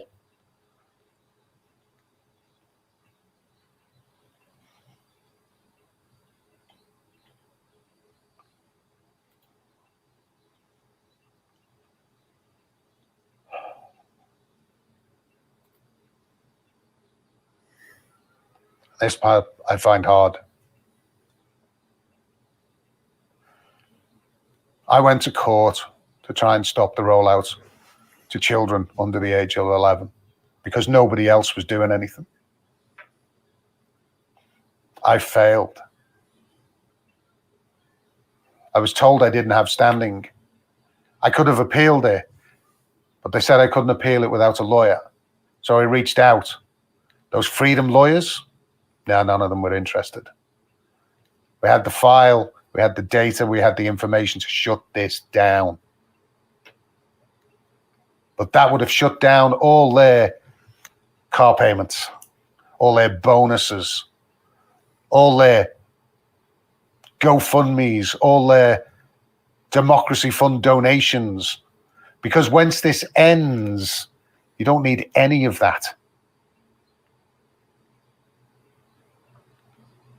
People's lives get saved, but the lawsuits stop because people go to jail. So what's happened with children? We'll get another update tomorrow. It may change tomorrow. In 2020, in Canada, the whole of Canada, there were 2 reported deaths under the age of 20 with a quote-unquote COVID diagnosis. 3 or more comorbidities and a questionable diagnosis. But there was 2 in the whole of Canada. After the vaccine rolled out, first 12 to 15s, then under 11s, 5 to 11, and then 6 months to 5. If you take out the questionable and unexplained deletion of data, that's happened twice. We went from 2 before vaccines to 109 deaths with a COVID diagnosis.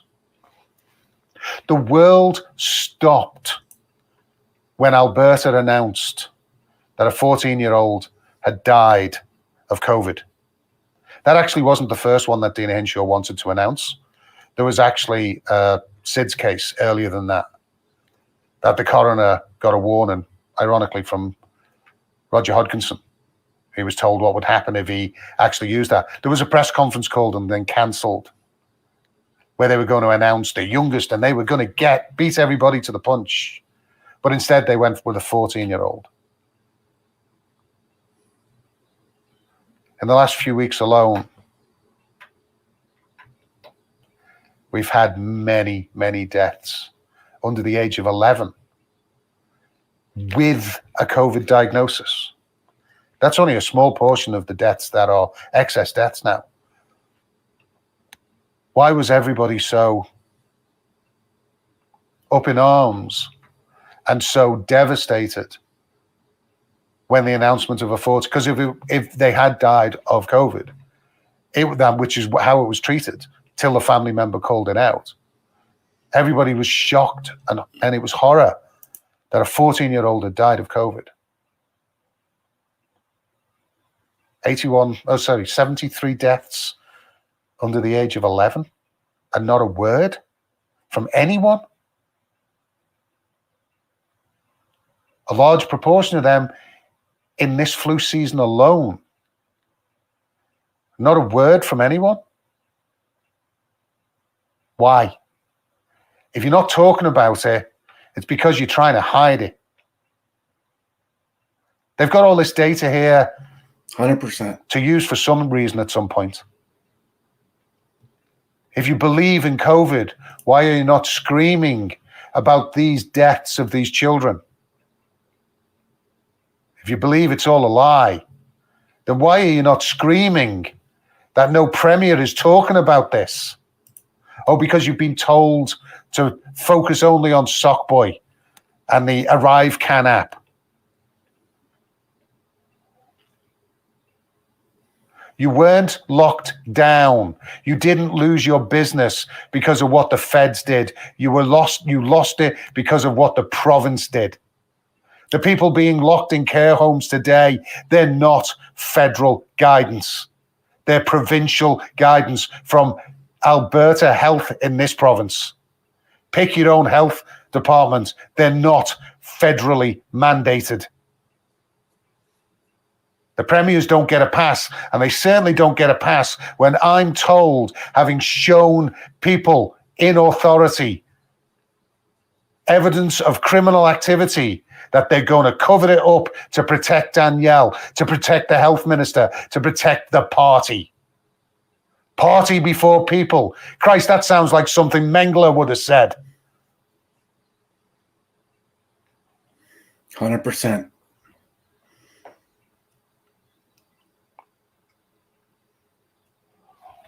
Party before people.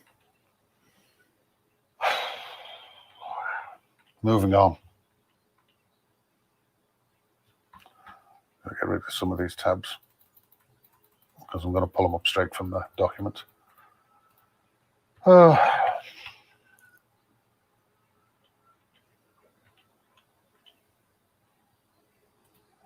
for anybody saying I don't go after the NDP,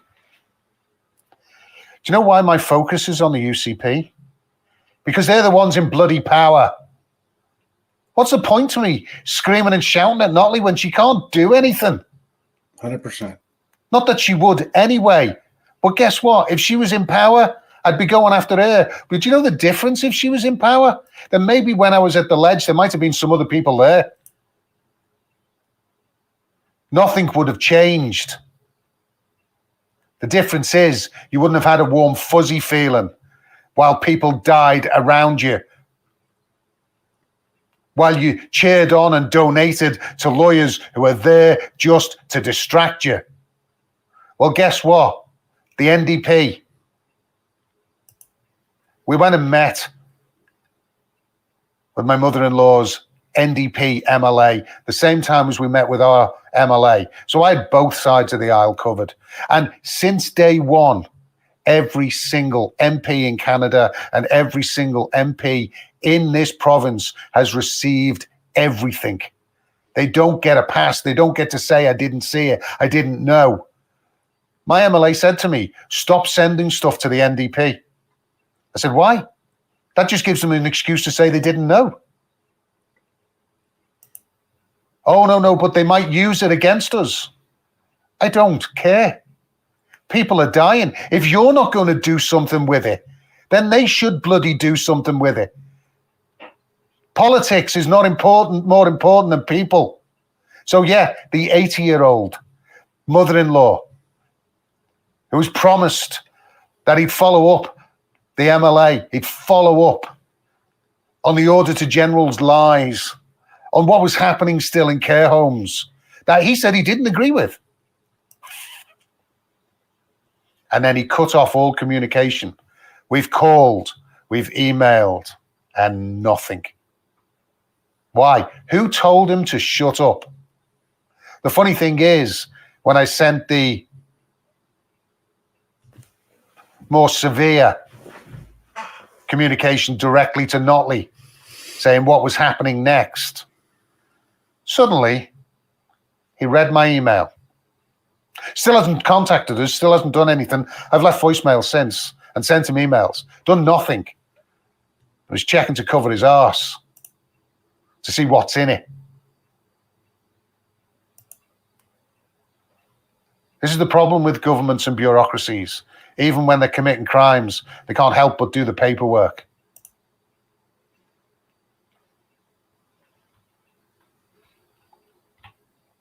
So if you're in Sheriff Hadji's in the north end of Edmonton, give him a call. Go round to his office and ask why he doesn't care about the people in care homes. Because after I met with him, when I warned him what was going to happen, it happened. And for the first time in 4 years, my mother-in-law almost died because of the COVID protocols in December 2023. The only reason she's still alive is because Karen and I moved in and told the doctor exactly what he was doing. And no, she wasn't going to hospital and she was getting antibiotics because no, she didn't have COVID. She had gastric flu. But the default is still COVID. No matter what it is, the COVID protocol kicks in. And everything that killed them in 2020 just starts all over again. Out of sight, out of mind. Because at least it's not happening to you this time. PCR. But wake up. At 45. Because at some point, it is going to be you. And who's going to be there to save you when it happens? Because the reality is, if you don't step up and do something, we don't run out of time. We run out of people. 100%, David. This was what really started this chain. Was people telling me, MLAs, Chief Whip, and others, and freedom people have been told over and over again, just wait, she's going to do something. She's going to fix it all. 15 months in. No, did you see the XBB rollout data?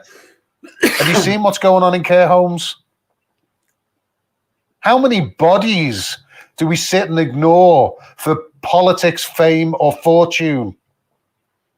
Right. Remember to get your tickets to see Makis. That's going to change everything.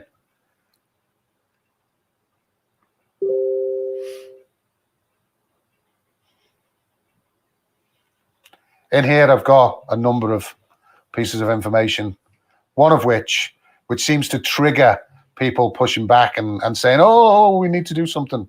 Shut him up. It was a letter to the Premier. If you open that letter, you can see who received it. Lots of people received it.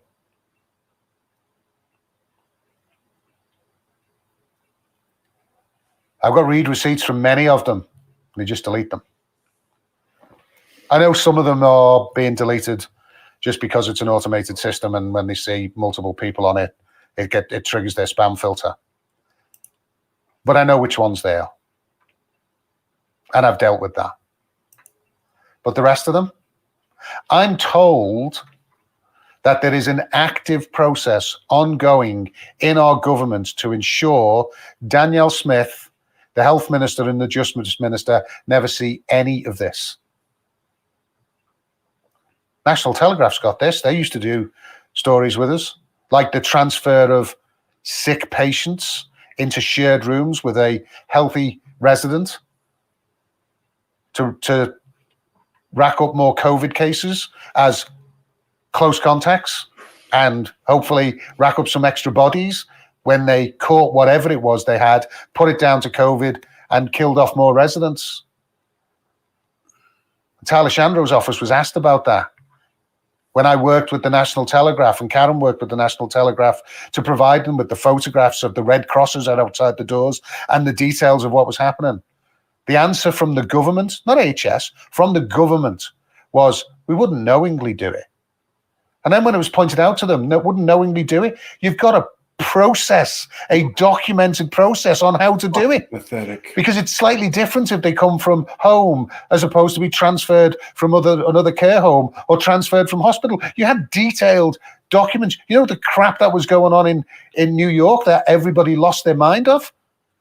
Yeah, we were doing that on steroids here in Alberta, and it's still happening. It happened. It was the trigger for most of the outbreaks in this flu season because they dumped all the patients that were eligible for a care home into whatever care home they could put them in to empty the hospitals with no notice whatsoever. Family had no choice. Either you go to that care home or you're just thrown out the hospital. Danielle knew about it. Where are the human rights for those people? Many of them ended up dead. And the places they were put into, yeah, the body count is picking up in there as well, as sick people are put in with healthy people and then put on COVID protocols till they die. That is still happening in 2024. And what are the lawyers doing about it? Oh, let's put up a lawsuit so Chris Scott can make some money. Yeah, I am picking on you, Chris. Because at the end of the day, you're a mouthpiece. You could actually tell people what's going on. But instead, when you were given the information, you said I was lying about it and you needed to cover for Danielle. I don't lie about anything. Oh, God. Have we lost it again?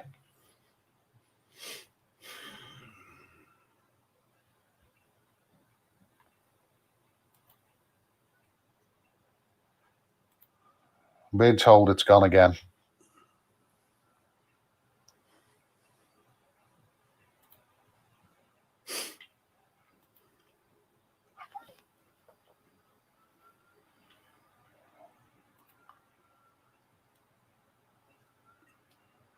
No, is it still running?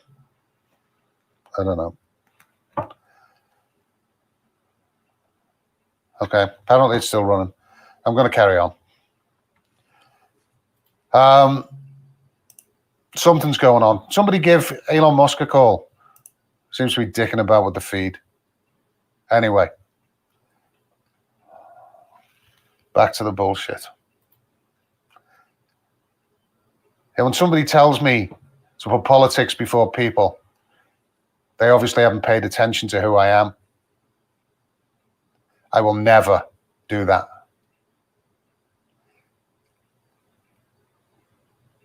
Why isn't anybody asking in the media why the Justice Minister's Chief of Staff is preventing a meeting that was promised? Why the meeting with the Chief Constable has been put aside for politics? They've got all this information. Cover their eyes. They've been sent the unredacted emails.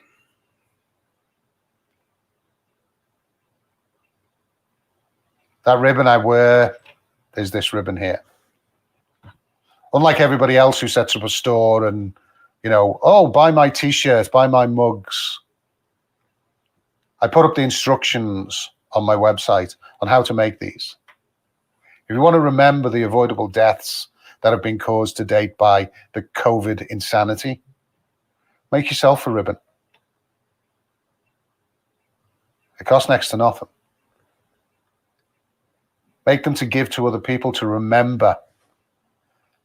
And maybe people will start paying attention, asking you, what's that ribbon for? A black ribbon is for mourning. And the two red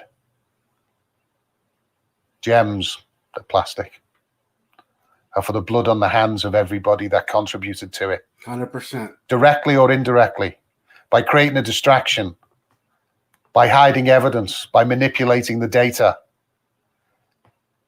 They are as guilty as if they stuck a needle in somebody's arm or overdosed them on midazolam or Dilaudid or put them on a ventilator till they were dead. You don't have to be there and get your hands dirty to have blood on your hands.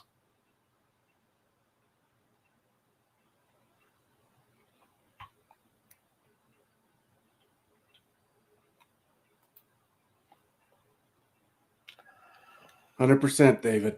This week, I'll give another update on the data for Alberta. But this tweet was about that data. Again, all the lawyers have got it.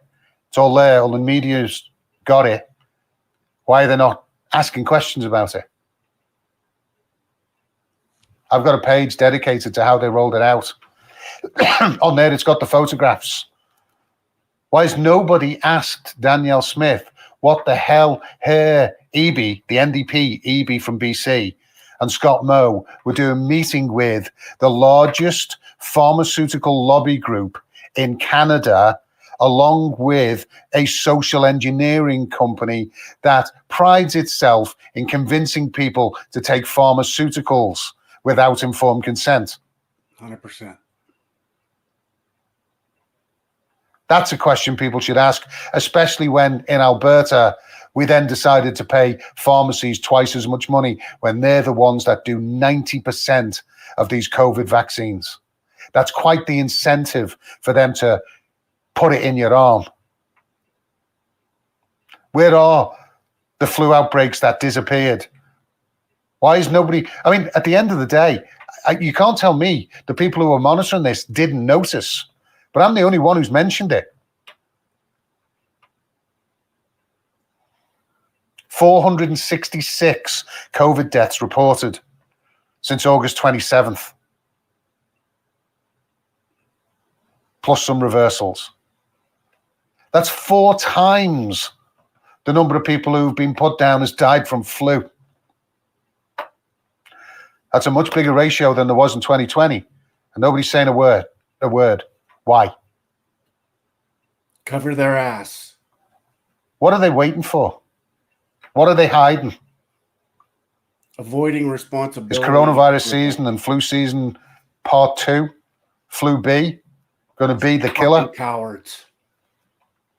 Or are they just hoping you won't notice the bodies stacking up and you'll just keep going on with your life until it impacts you? And then you'll just deal with it one by one.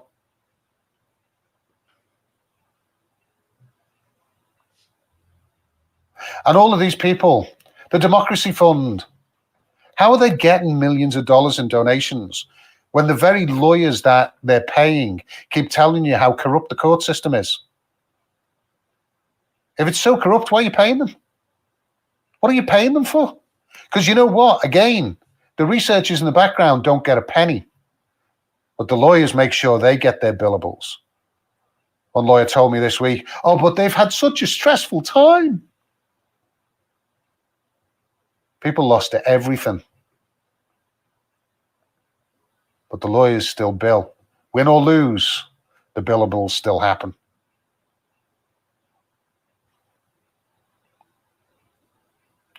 Sheila Annette Lewis died. The lawyers got paid. Bank accounts got frozen.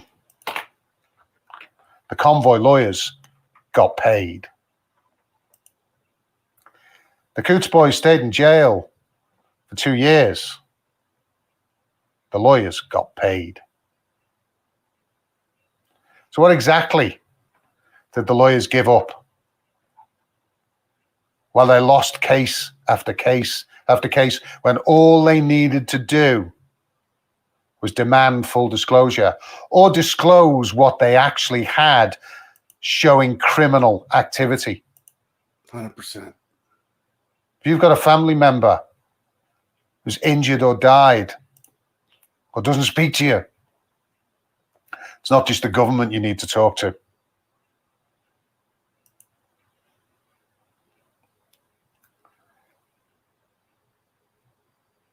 In this, I pointed out, if I've got no credible evidence, I know I have, we know they have, you've seen a lot of it. Chief of Staff, the Chief of Staff, the second in command, somebody who doesn't deal with the general public, somebody who's basically the bodyguard for the Justice Minister, who deals with, the engagements and making sure he says and does the right things. He doesn't deal with anything in a chain of custody of judicial matters. It's outside of his scope of work. And he definitely doesn't deal with the general public. We're just peons. We don't deserve that. So why in the hell was he communicating with me? Saying he'd give me 30 minutes. 1 minute he was going to give me 2.5 hours with the Health Minister and Justice Minister and the Premier till he realised what I had.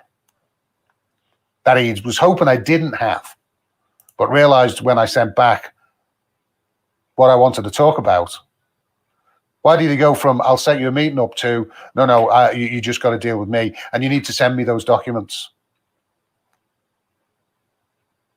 He knows he couldn't do it. That's why he delayed getting back to me for 4 months and hoped I'd just give in. I wish people would stop underestimating me.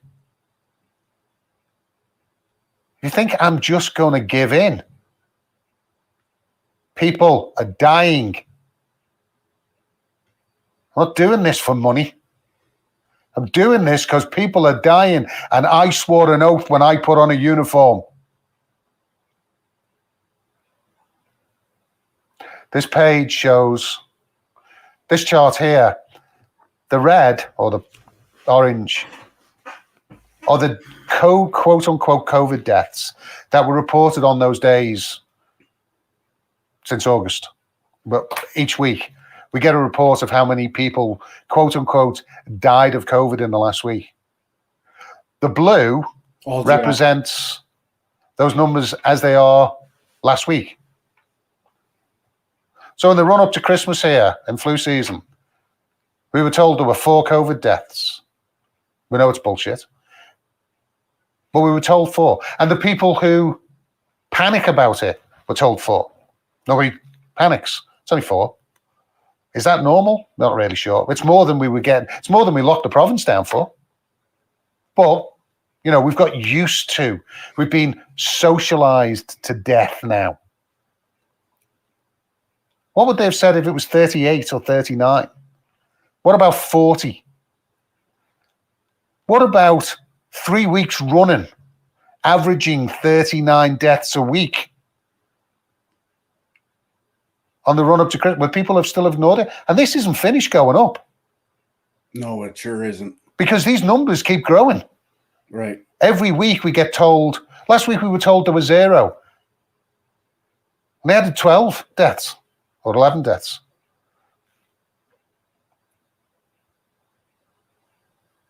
But because we only report the current week, unless you do what I do and track the data, which CTV say they do, except they cover this up. Does this sound like it's an honest way of reporting information? Transparent? No, because you literally have to take the information that's in the chart. It's not in a table. It's not in an easy download now like it used to be. You now have to actually extract the data from the chart and then compare it week by week. I do that every single week. I did it daily when it was produced daily.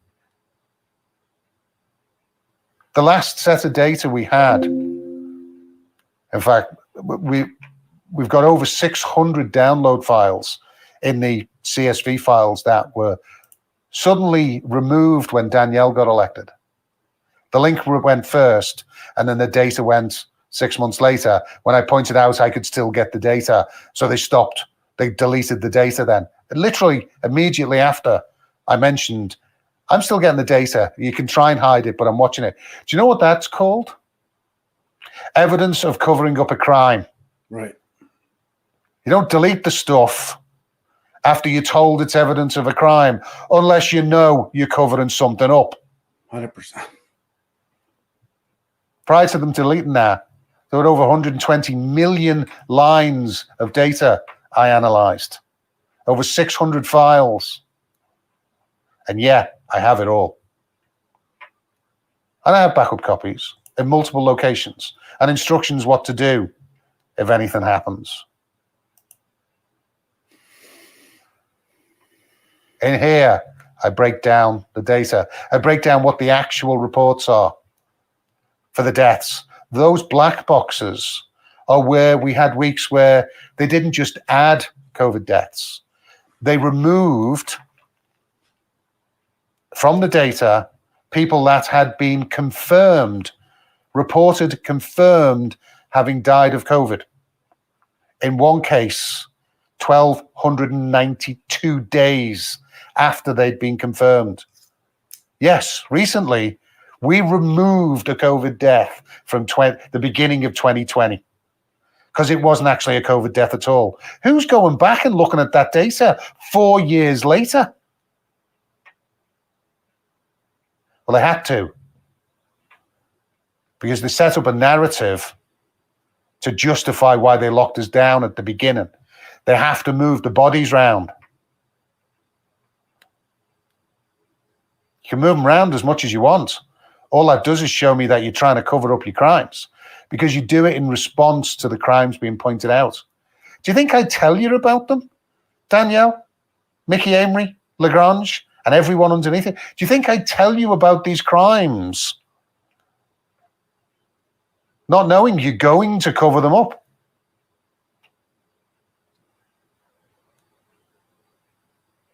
All I can say is you are as stupid as I think you are. This here is the rollout of the XBB vaccine. The red line is the XBB vaccine. The blue line is the rollout of the original vaccine. See how steep that was? And it's flattened now. Do you know why it's flattened? Because they're not getting those double payments anymore. That's when it flattened. The big ramp up to get it with flu, the most dangerous way possible, was when they were getting the double payments. And those pictures there, Danielle Smith, Scott Moe, David Eby, Danielle Smith. These other people are from the social engineering companies and the pharmacy lobby group. Keeping Albertans safe, keeping Saskatchewan safe, keeping BC safe. You know what? You can expect it from BC. They're NDP. Why are you covering for Danielle Smith? Why is somebody not asking what she was doing at that meeting? And did that have any impact on her government, Alberta Health, ensuring the pharmacies made quite a number of extra millions of dollars to fast track the XBB vaccine into the arms of infants? And where are the lawyers? They have all this. They don't want to run a case about this. They don't want to call out one of their own at the Justice Ministry, because you might stop paying them money. You might actually start paying attention to what's happening.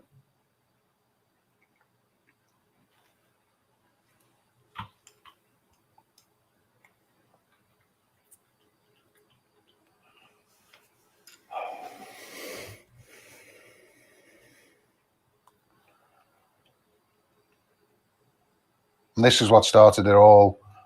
I do this every week. I do it for England, Scotland, Ireland, Northern Ireland, Sweden, Australia, Israel, Canada, and the Canadian one I do by province in great detail. I did also the Stats Canada analysis of the report that Makis went through.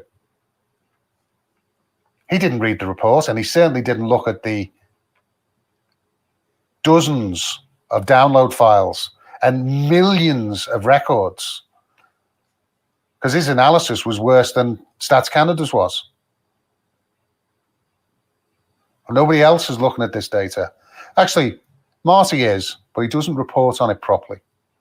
And he's been called out on that.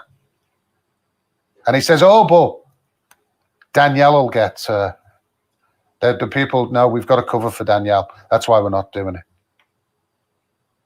I report the government data, but I explain why and how it's been manipulated. I don't analyze this data because I believe it's true. I analyze the data to show it's false. In a fraud investigation, you don't stop looking at the books because you know they're corrupt. That is the evidence.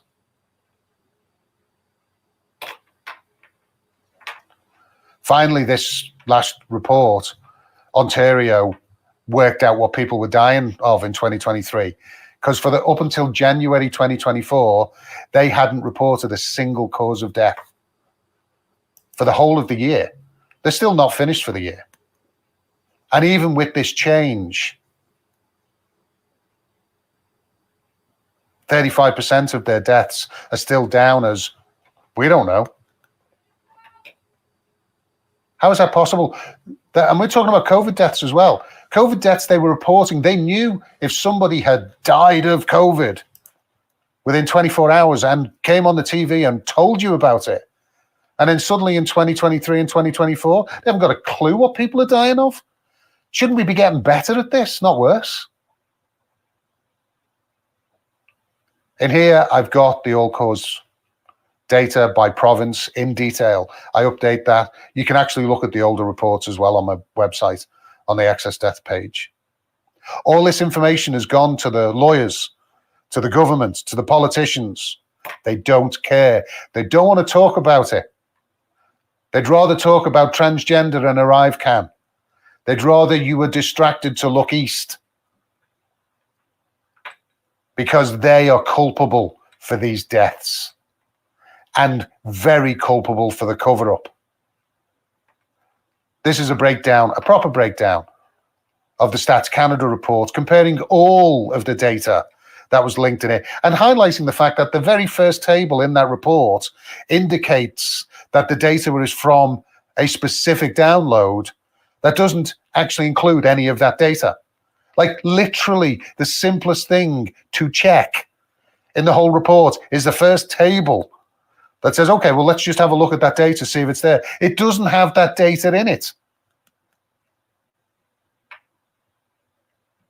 Nobody found it.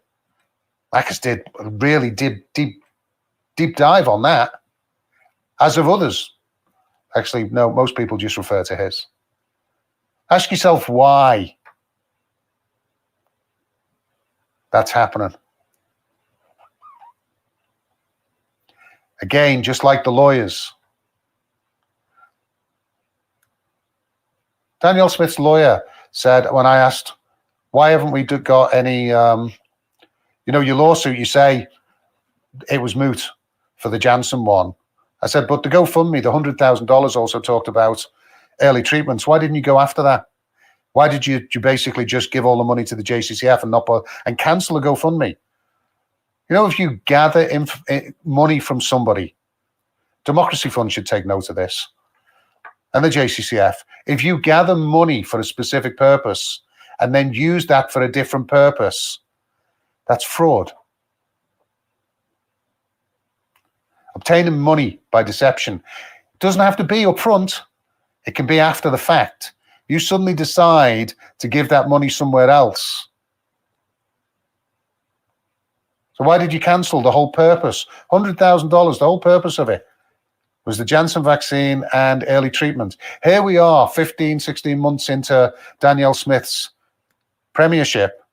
And she was running a GoFundMe for early treatments. Where are the early treatments in this province? There aren't any. Her lawyer said the reason that they didn't do that was because Peter McCulloch spoke to them and said, don't bother, because Health Canada would never approve early treatments. So what you need to do is we'll get them into the hands of people directly. Sets up the wellness company selling treatments, much of it snake oil. You know, the early treatments that were found to be working at the beginning by Zelenko and Didier Raoult and the Australians and even the Chinese. And if you go back far enough, Fauci himself in 2003 for the treatment of SARS, those early treatments were just off-label use, got nothing to do with Health Canada.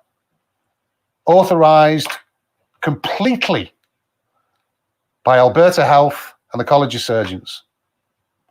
Alberta Health controls both of those things. The college only exists at the behest of Alberta Health. Read the legislation that created them. Same with the Law Society and all the other colleges.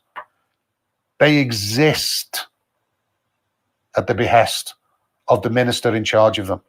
If the minister decides to fire them all, change their bylaws, they have the authority to do that. So instead of when she came in, stopping the doctors from being persecuted, which is still happening today. You know, when she comes on the TV, hearing Adriana Lagrange say, oh, I'm not telling you what my vaccine status is. You should discuss that with your doctor and take their advice.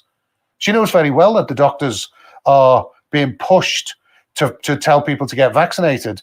And even when the doctors think, oh, well, I'll try and push back. If they go and look at the Alberta Health website, it tells them it's safe and effective. Get it within 3 months. Get it at the same time as your flu shot. Get it if you're pregnant. All the things that you shouldn't be doing are actually pushed by our government. Where are the lawyers pointing that out?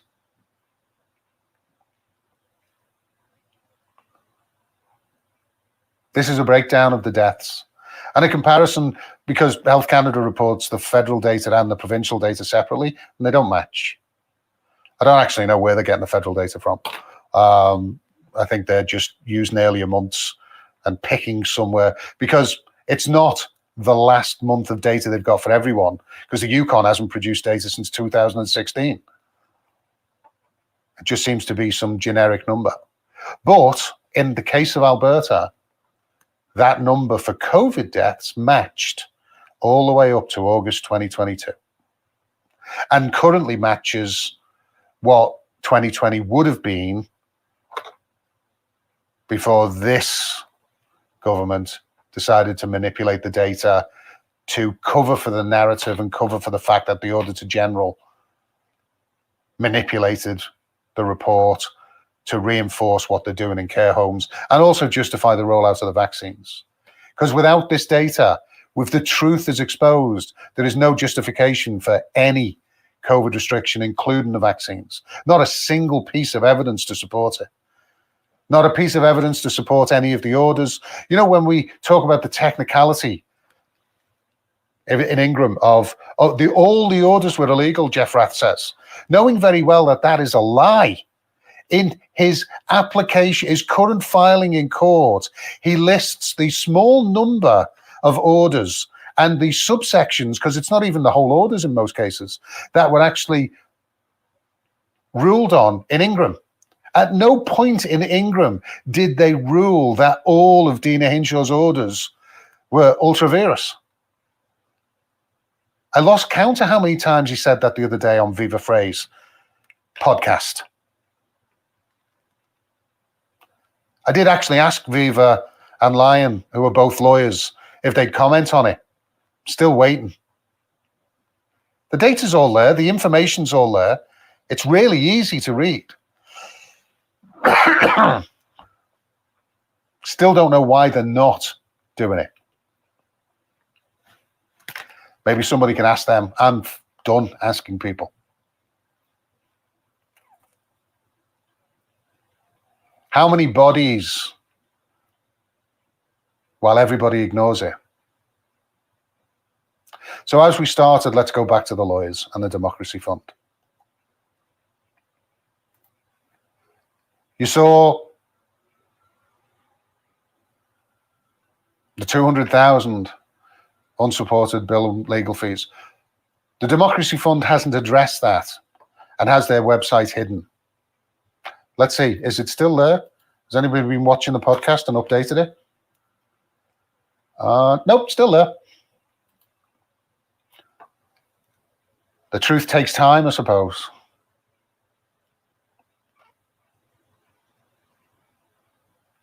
So when I called that out and broke down how the law firm for a 2-month period had billed $200,000, a substantial portion of the annual budget for the Democracy Fund, which also has to pay for its employees and everything else. That is not a small amount of money. Their response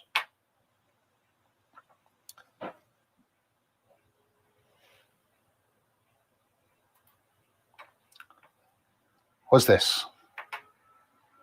The TDF takes seriously its obligation to properly use and account for donor funds. TDF had an account successfully assessed. They don't say taxed. Typically, you're talking taxation is what it's called, where the courts will actually review the accounts. You can only do that up to 6 months after. The information I've got, we're way beyond 6 months from when this really happened. But what's really interesting about this, concerning, the account was successfully assessed, but they haven't updated the website. An overcharge was found and funds repaid to the TDF, the Democracy Fund. That doesn't add up.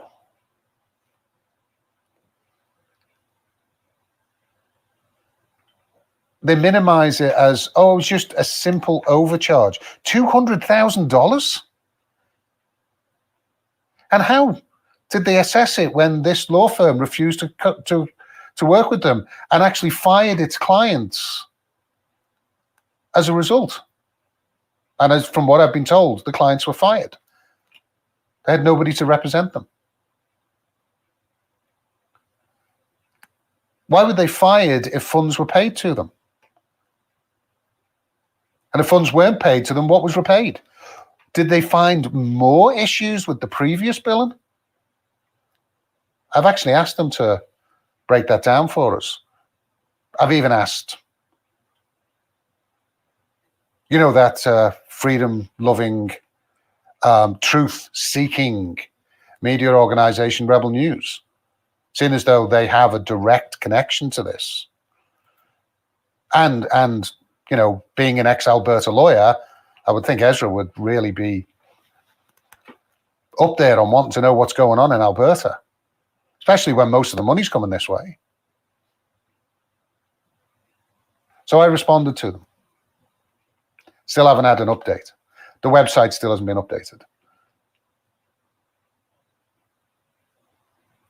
It stated that a northern Alberta law firm that was running freedom lawsuits. Again, I can only find one up in Cold Lake. Somebody, I don't have the amount of stuff I do. I don't know whether it's that law firm or not. Somebody should ask them. Maybe somebody in the media could ask them. It's a really simple thing to do, to search. Ask all of them. There's a list. It's not a long list in Alberta. Ask Eva or Jeff Rath or Leighton Gray or the JCCF or Pigeon or Carpe or any one of them. There's a whole list of them, but it's not a long list. Ask them to comment. Surely, in the interest of transparency, they'd want to clear this up.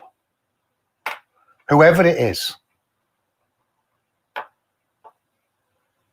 Because this may explain why the cases are being run the way they are, why I was told they never intended to win the cases, why I was told that they wanted James Coates to be in jail because he was doing good in jail. There was a reason why it was a good thing he was in jail. How can it be a good thing that a pastor's in jail? How can the lawyer defending him say that? I actually spoke to a criminal defense lawyer who was outside the court and talking to the JCCF lawyers when eventually the Crown and the courts managed to get him out while the defense lawyers were trying to keep him in jail. And he challenged them on it. And they admitted. Why? And yeah, I'd really love to have this out in front of a judge, all of it, every single piece of it, because then it's a public record. Because you know what? If the Justice Department doesn't want to do it, maybe somebody else can drag me into court. I won't be hiring a lawyer. I will self-represent. I don't have a problem with that. I've represented people in court before and in hearings. And until that no standing one, I'd never lost. I expected to lose that one. Not in the way that it happened, because it did leave a door open for me to go back. But only if I had a lawyer. Yeah, good luck with that one.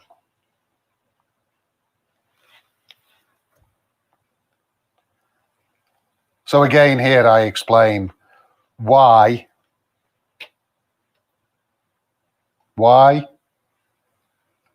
would it be repaid if it was never paid in the first place? If it was paid in the first place, why did the clients get fired? These are not hard questions. And just to close it out,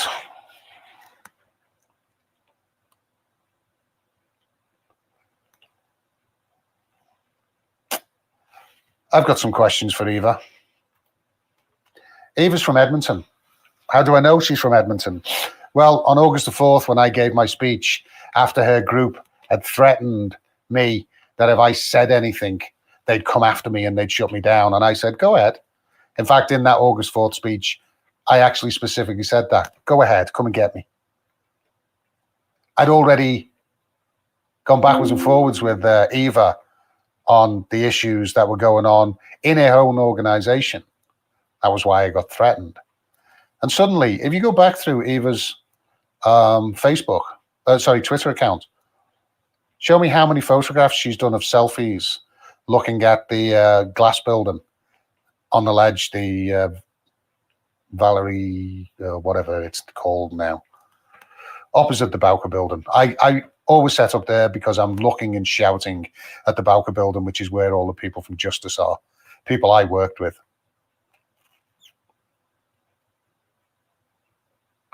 So I know she's an Edmonton lawyer. On her tweet, she actually said she's not far from there. Literally, as I was at the ledge, there's a photograph. But I'm just cropped, but where I was giving my speech is just slightly cropped out of the selfie. I'm sure it's just a coincidence. It amuses me to think that it might have even been an attempt to intimidate me, which is laughable. But anyway, we've got an Edmonton lawyer here who actually called out the politicians in Ontario for not actually standing up. At the same time, as she knows that the Justice Minister is and the Chief Whip are shutting down. So we've got multiple MLAs and Chiefs of Staff in Edmonton, doing exactly what she's calling people out in Toronto to do. I haven't heard her mention a word. Is it because one of them is her colleague?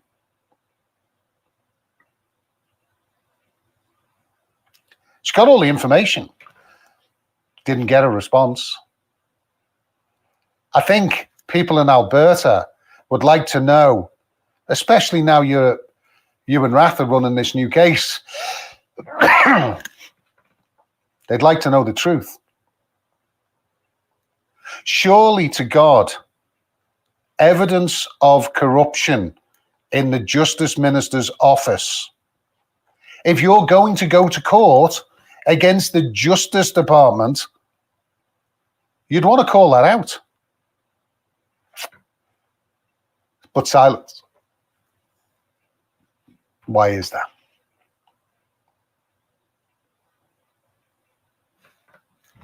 You make up your own mind. I could go on for a very long time. I'm not going to. I'm sure people will have questions. Throw them up there. I'm doing everything I can. I'm still trying to get in front of the chief, also the Minister of Policing. I have confirmed that the information I have constitutes criminal offences at a massive scale. So if you're out there and you know I've got information, because I keep everything. It's also helpful I've got a semi-eidetic memory and I'm used to taking contemporaneous notes as a police officer. And as a forensic officer for the last forensic investigator for the last 30 years. I didn't stop investigating people once I was injured and had to leave the police. In fact, I've done more work with policing and justice since I left the police than probably I did while I was in the police. At a much senior level. At a national security level. I won't stop till everybody is held to account, no matter what side of the fence they pretend they're on. Good. So all you alt media people, all you lawyers, all you politicians, I am hereby putting you on notice. You better start doing your job. And you better hope you're not on my list. You all know who you are. If you look at the material, you can work out who most of them are. And if you knew the extent of the evidence I have that has been shown to the MLAs, and more importantly, is known to these lawyers, the government is the last people you're going to be unhappy with. So with that, I want to say thank you to Mark Friesen and Jason Levine, I hope I've pronounced that right, who restreamed this separately. I'll put this all together as to one stream. I'll put it in, I'll edit it into one single stream. There won't be any editing. It'll just be put together as one stream.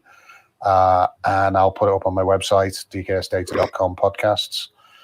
It'll be on Rumble, BitChute, Twitter, Facebook, YouTube, if I can get it small enough, but I can only do 500 meg file uploads on that. Hey, Anthony, do you want to upgrade my account? Anyway, hope this made sense. Ask me questions. If it didn't, have a look at the material that I've put up. I will continue posting this stuff while I continue in the background to get this to the right people. And if anybody's got Danielle Smith's phone number, cell phone number, give her a call. Ask her if we can go for a coffee. And I can tell her exactly what she can do to end this. Unless, of course, she doesn't want to. If you in any way, shape or form care for the people in this province, there is a way to end this, and it's simple. The Premier, the Justice Minister and the Health Minister just need to, I won't shout it, I do at the ledge, do their job. Have a good night, everyone. Here. All right. Thanks, everybody.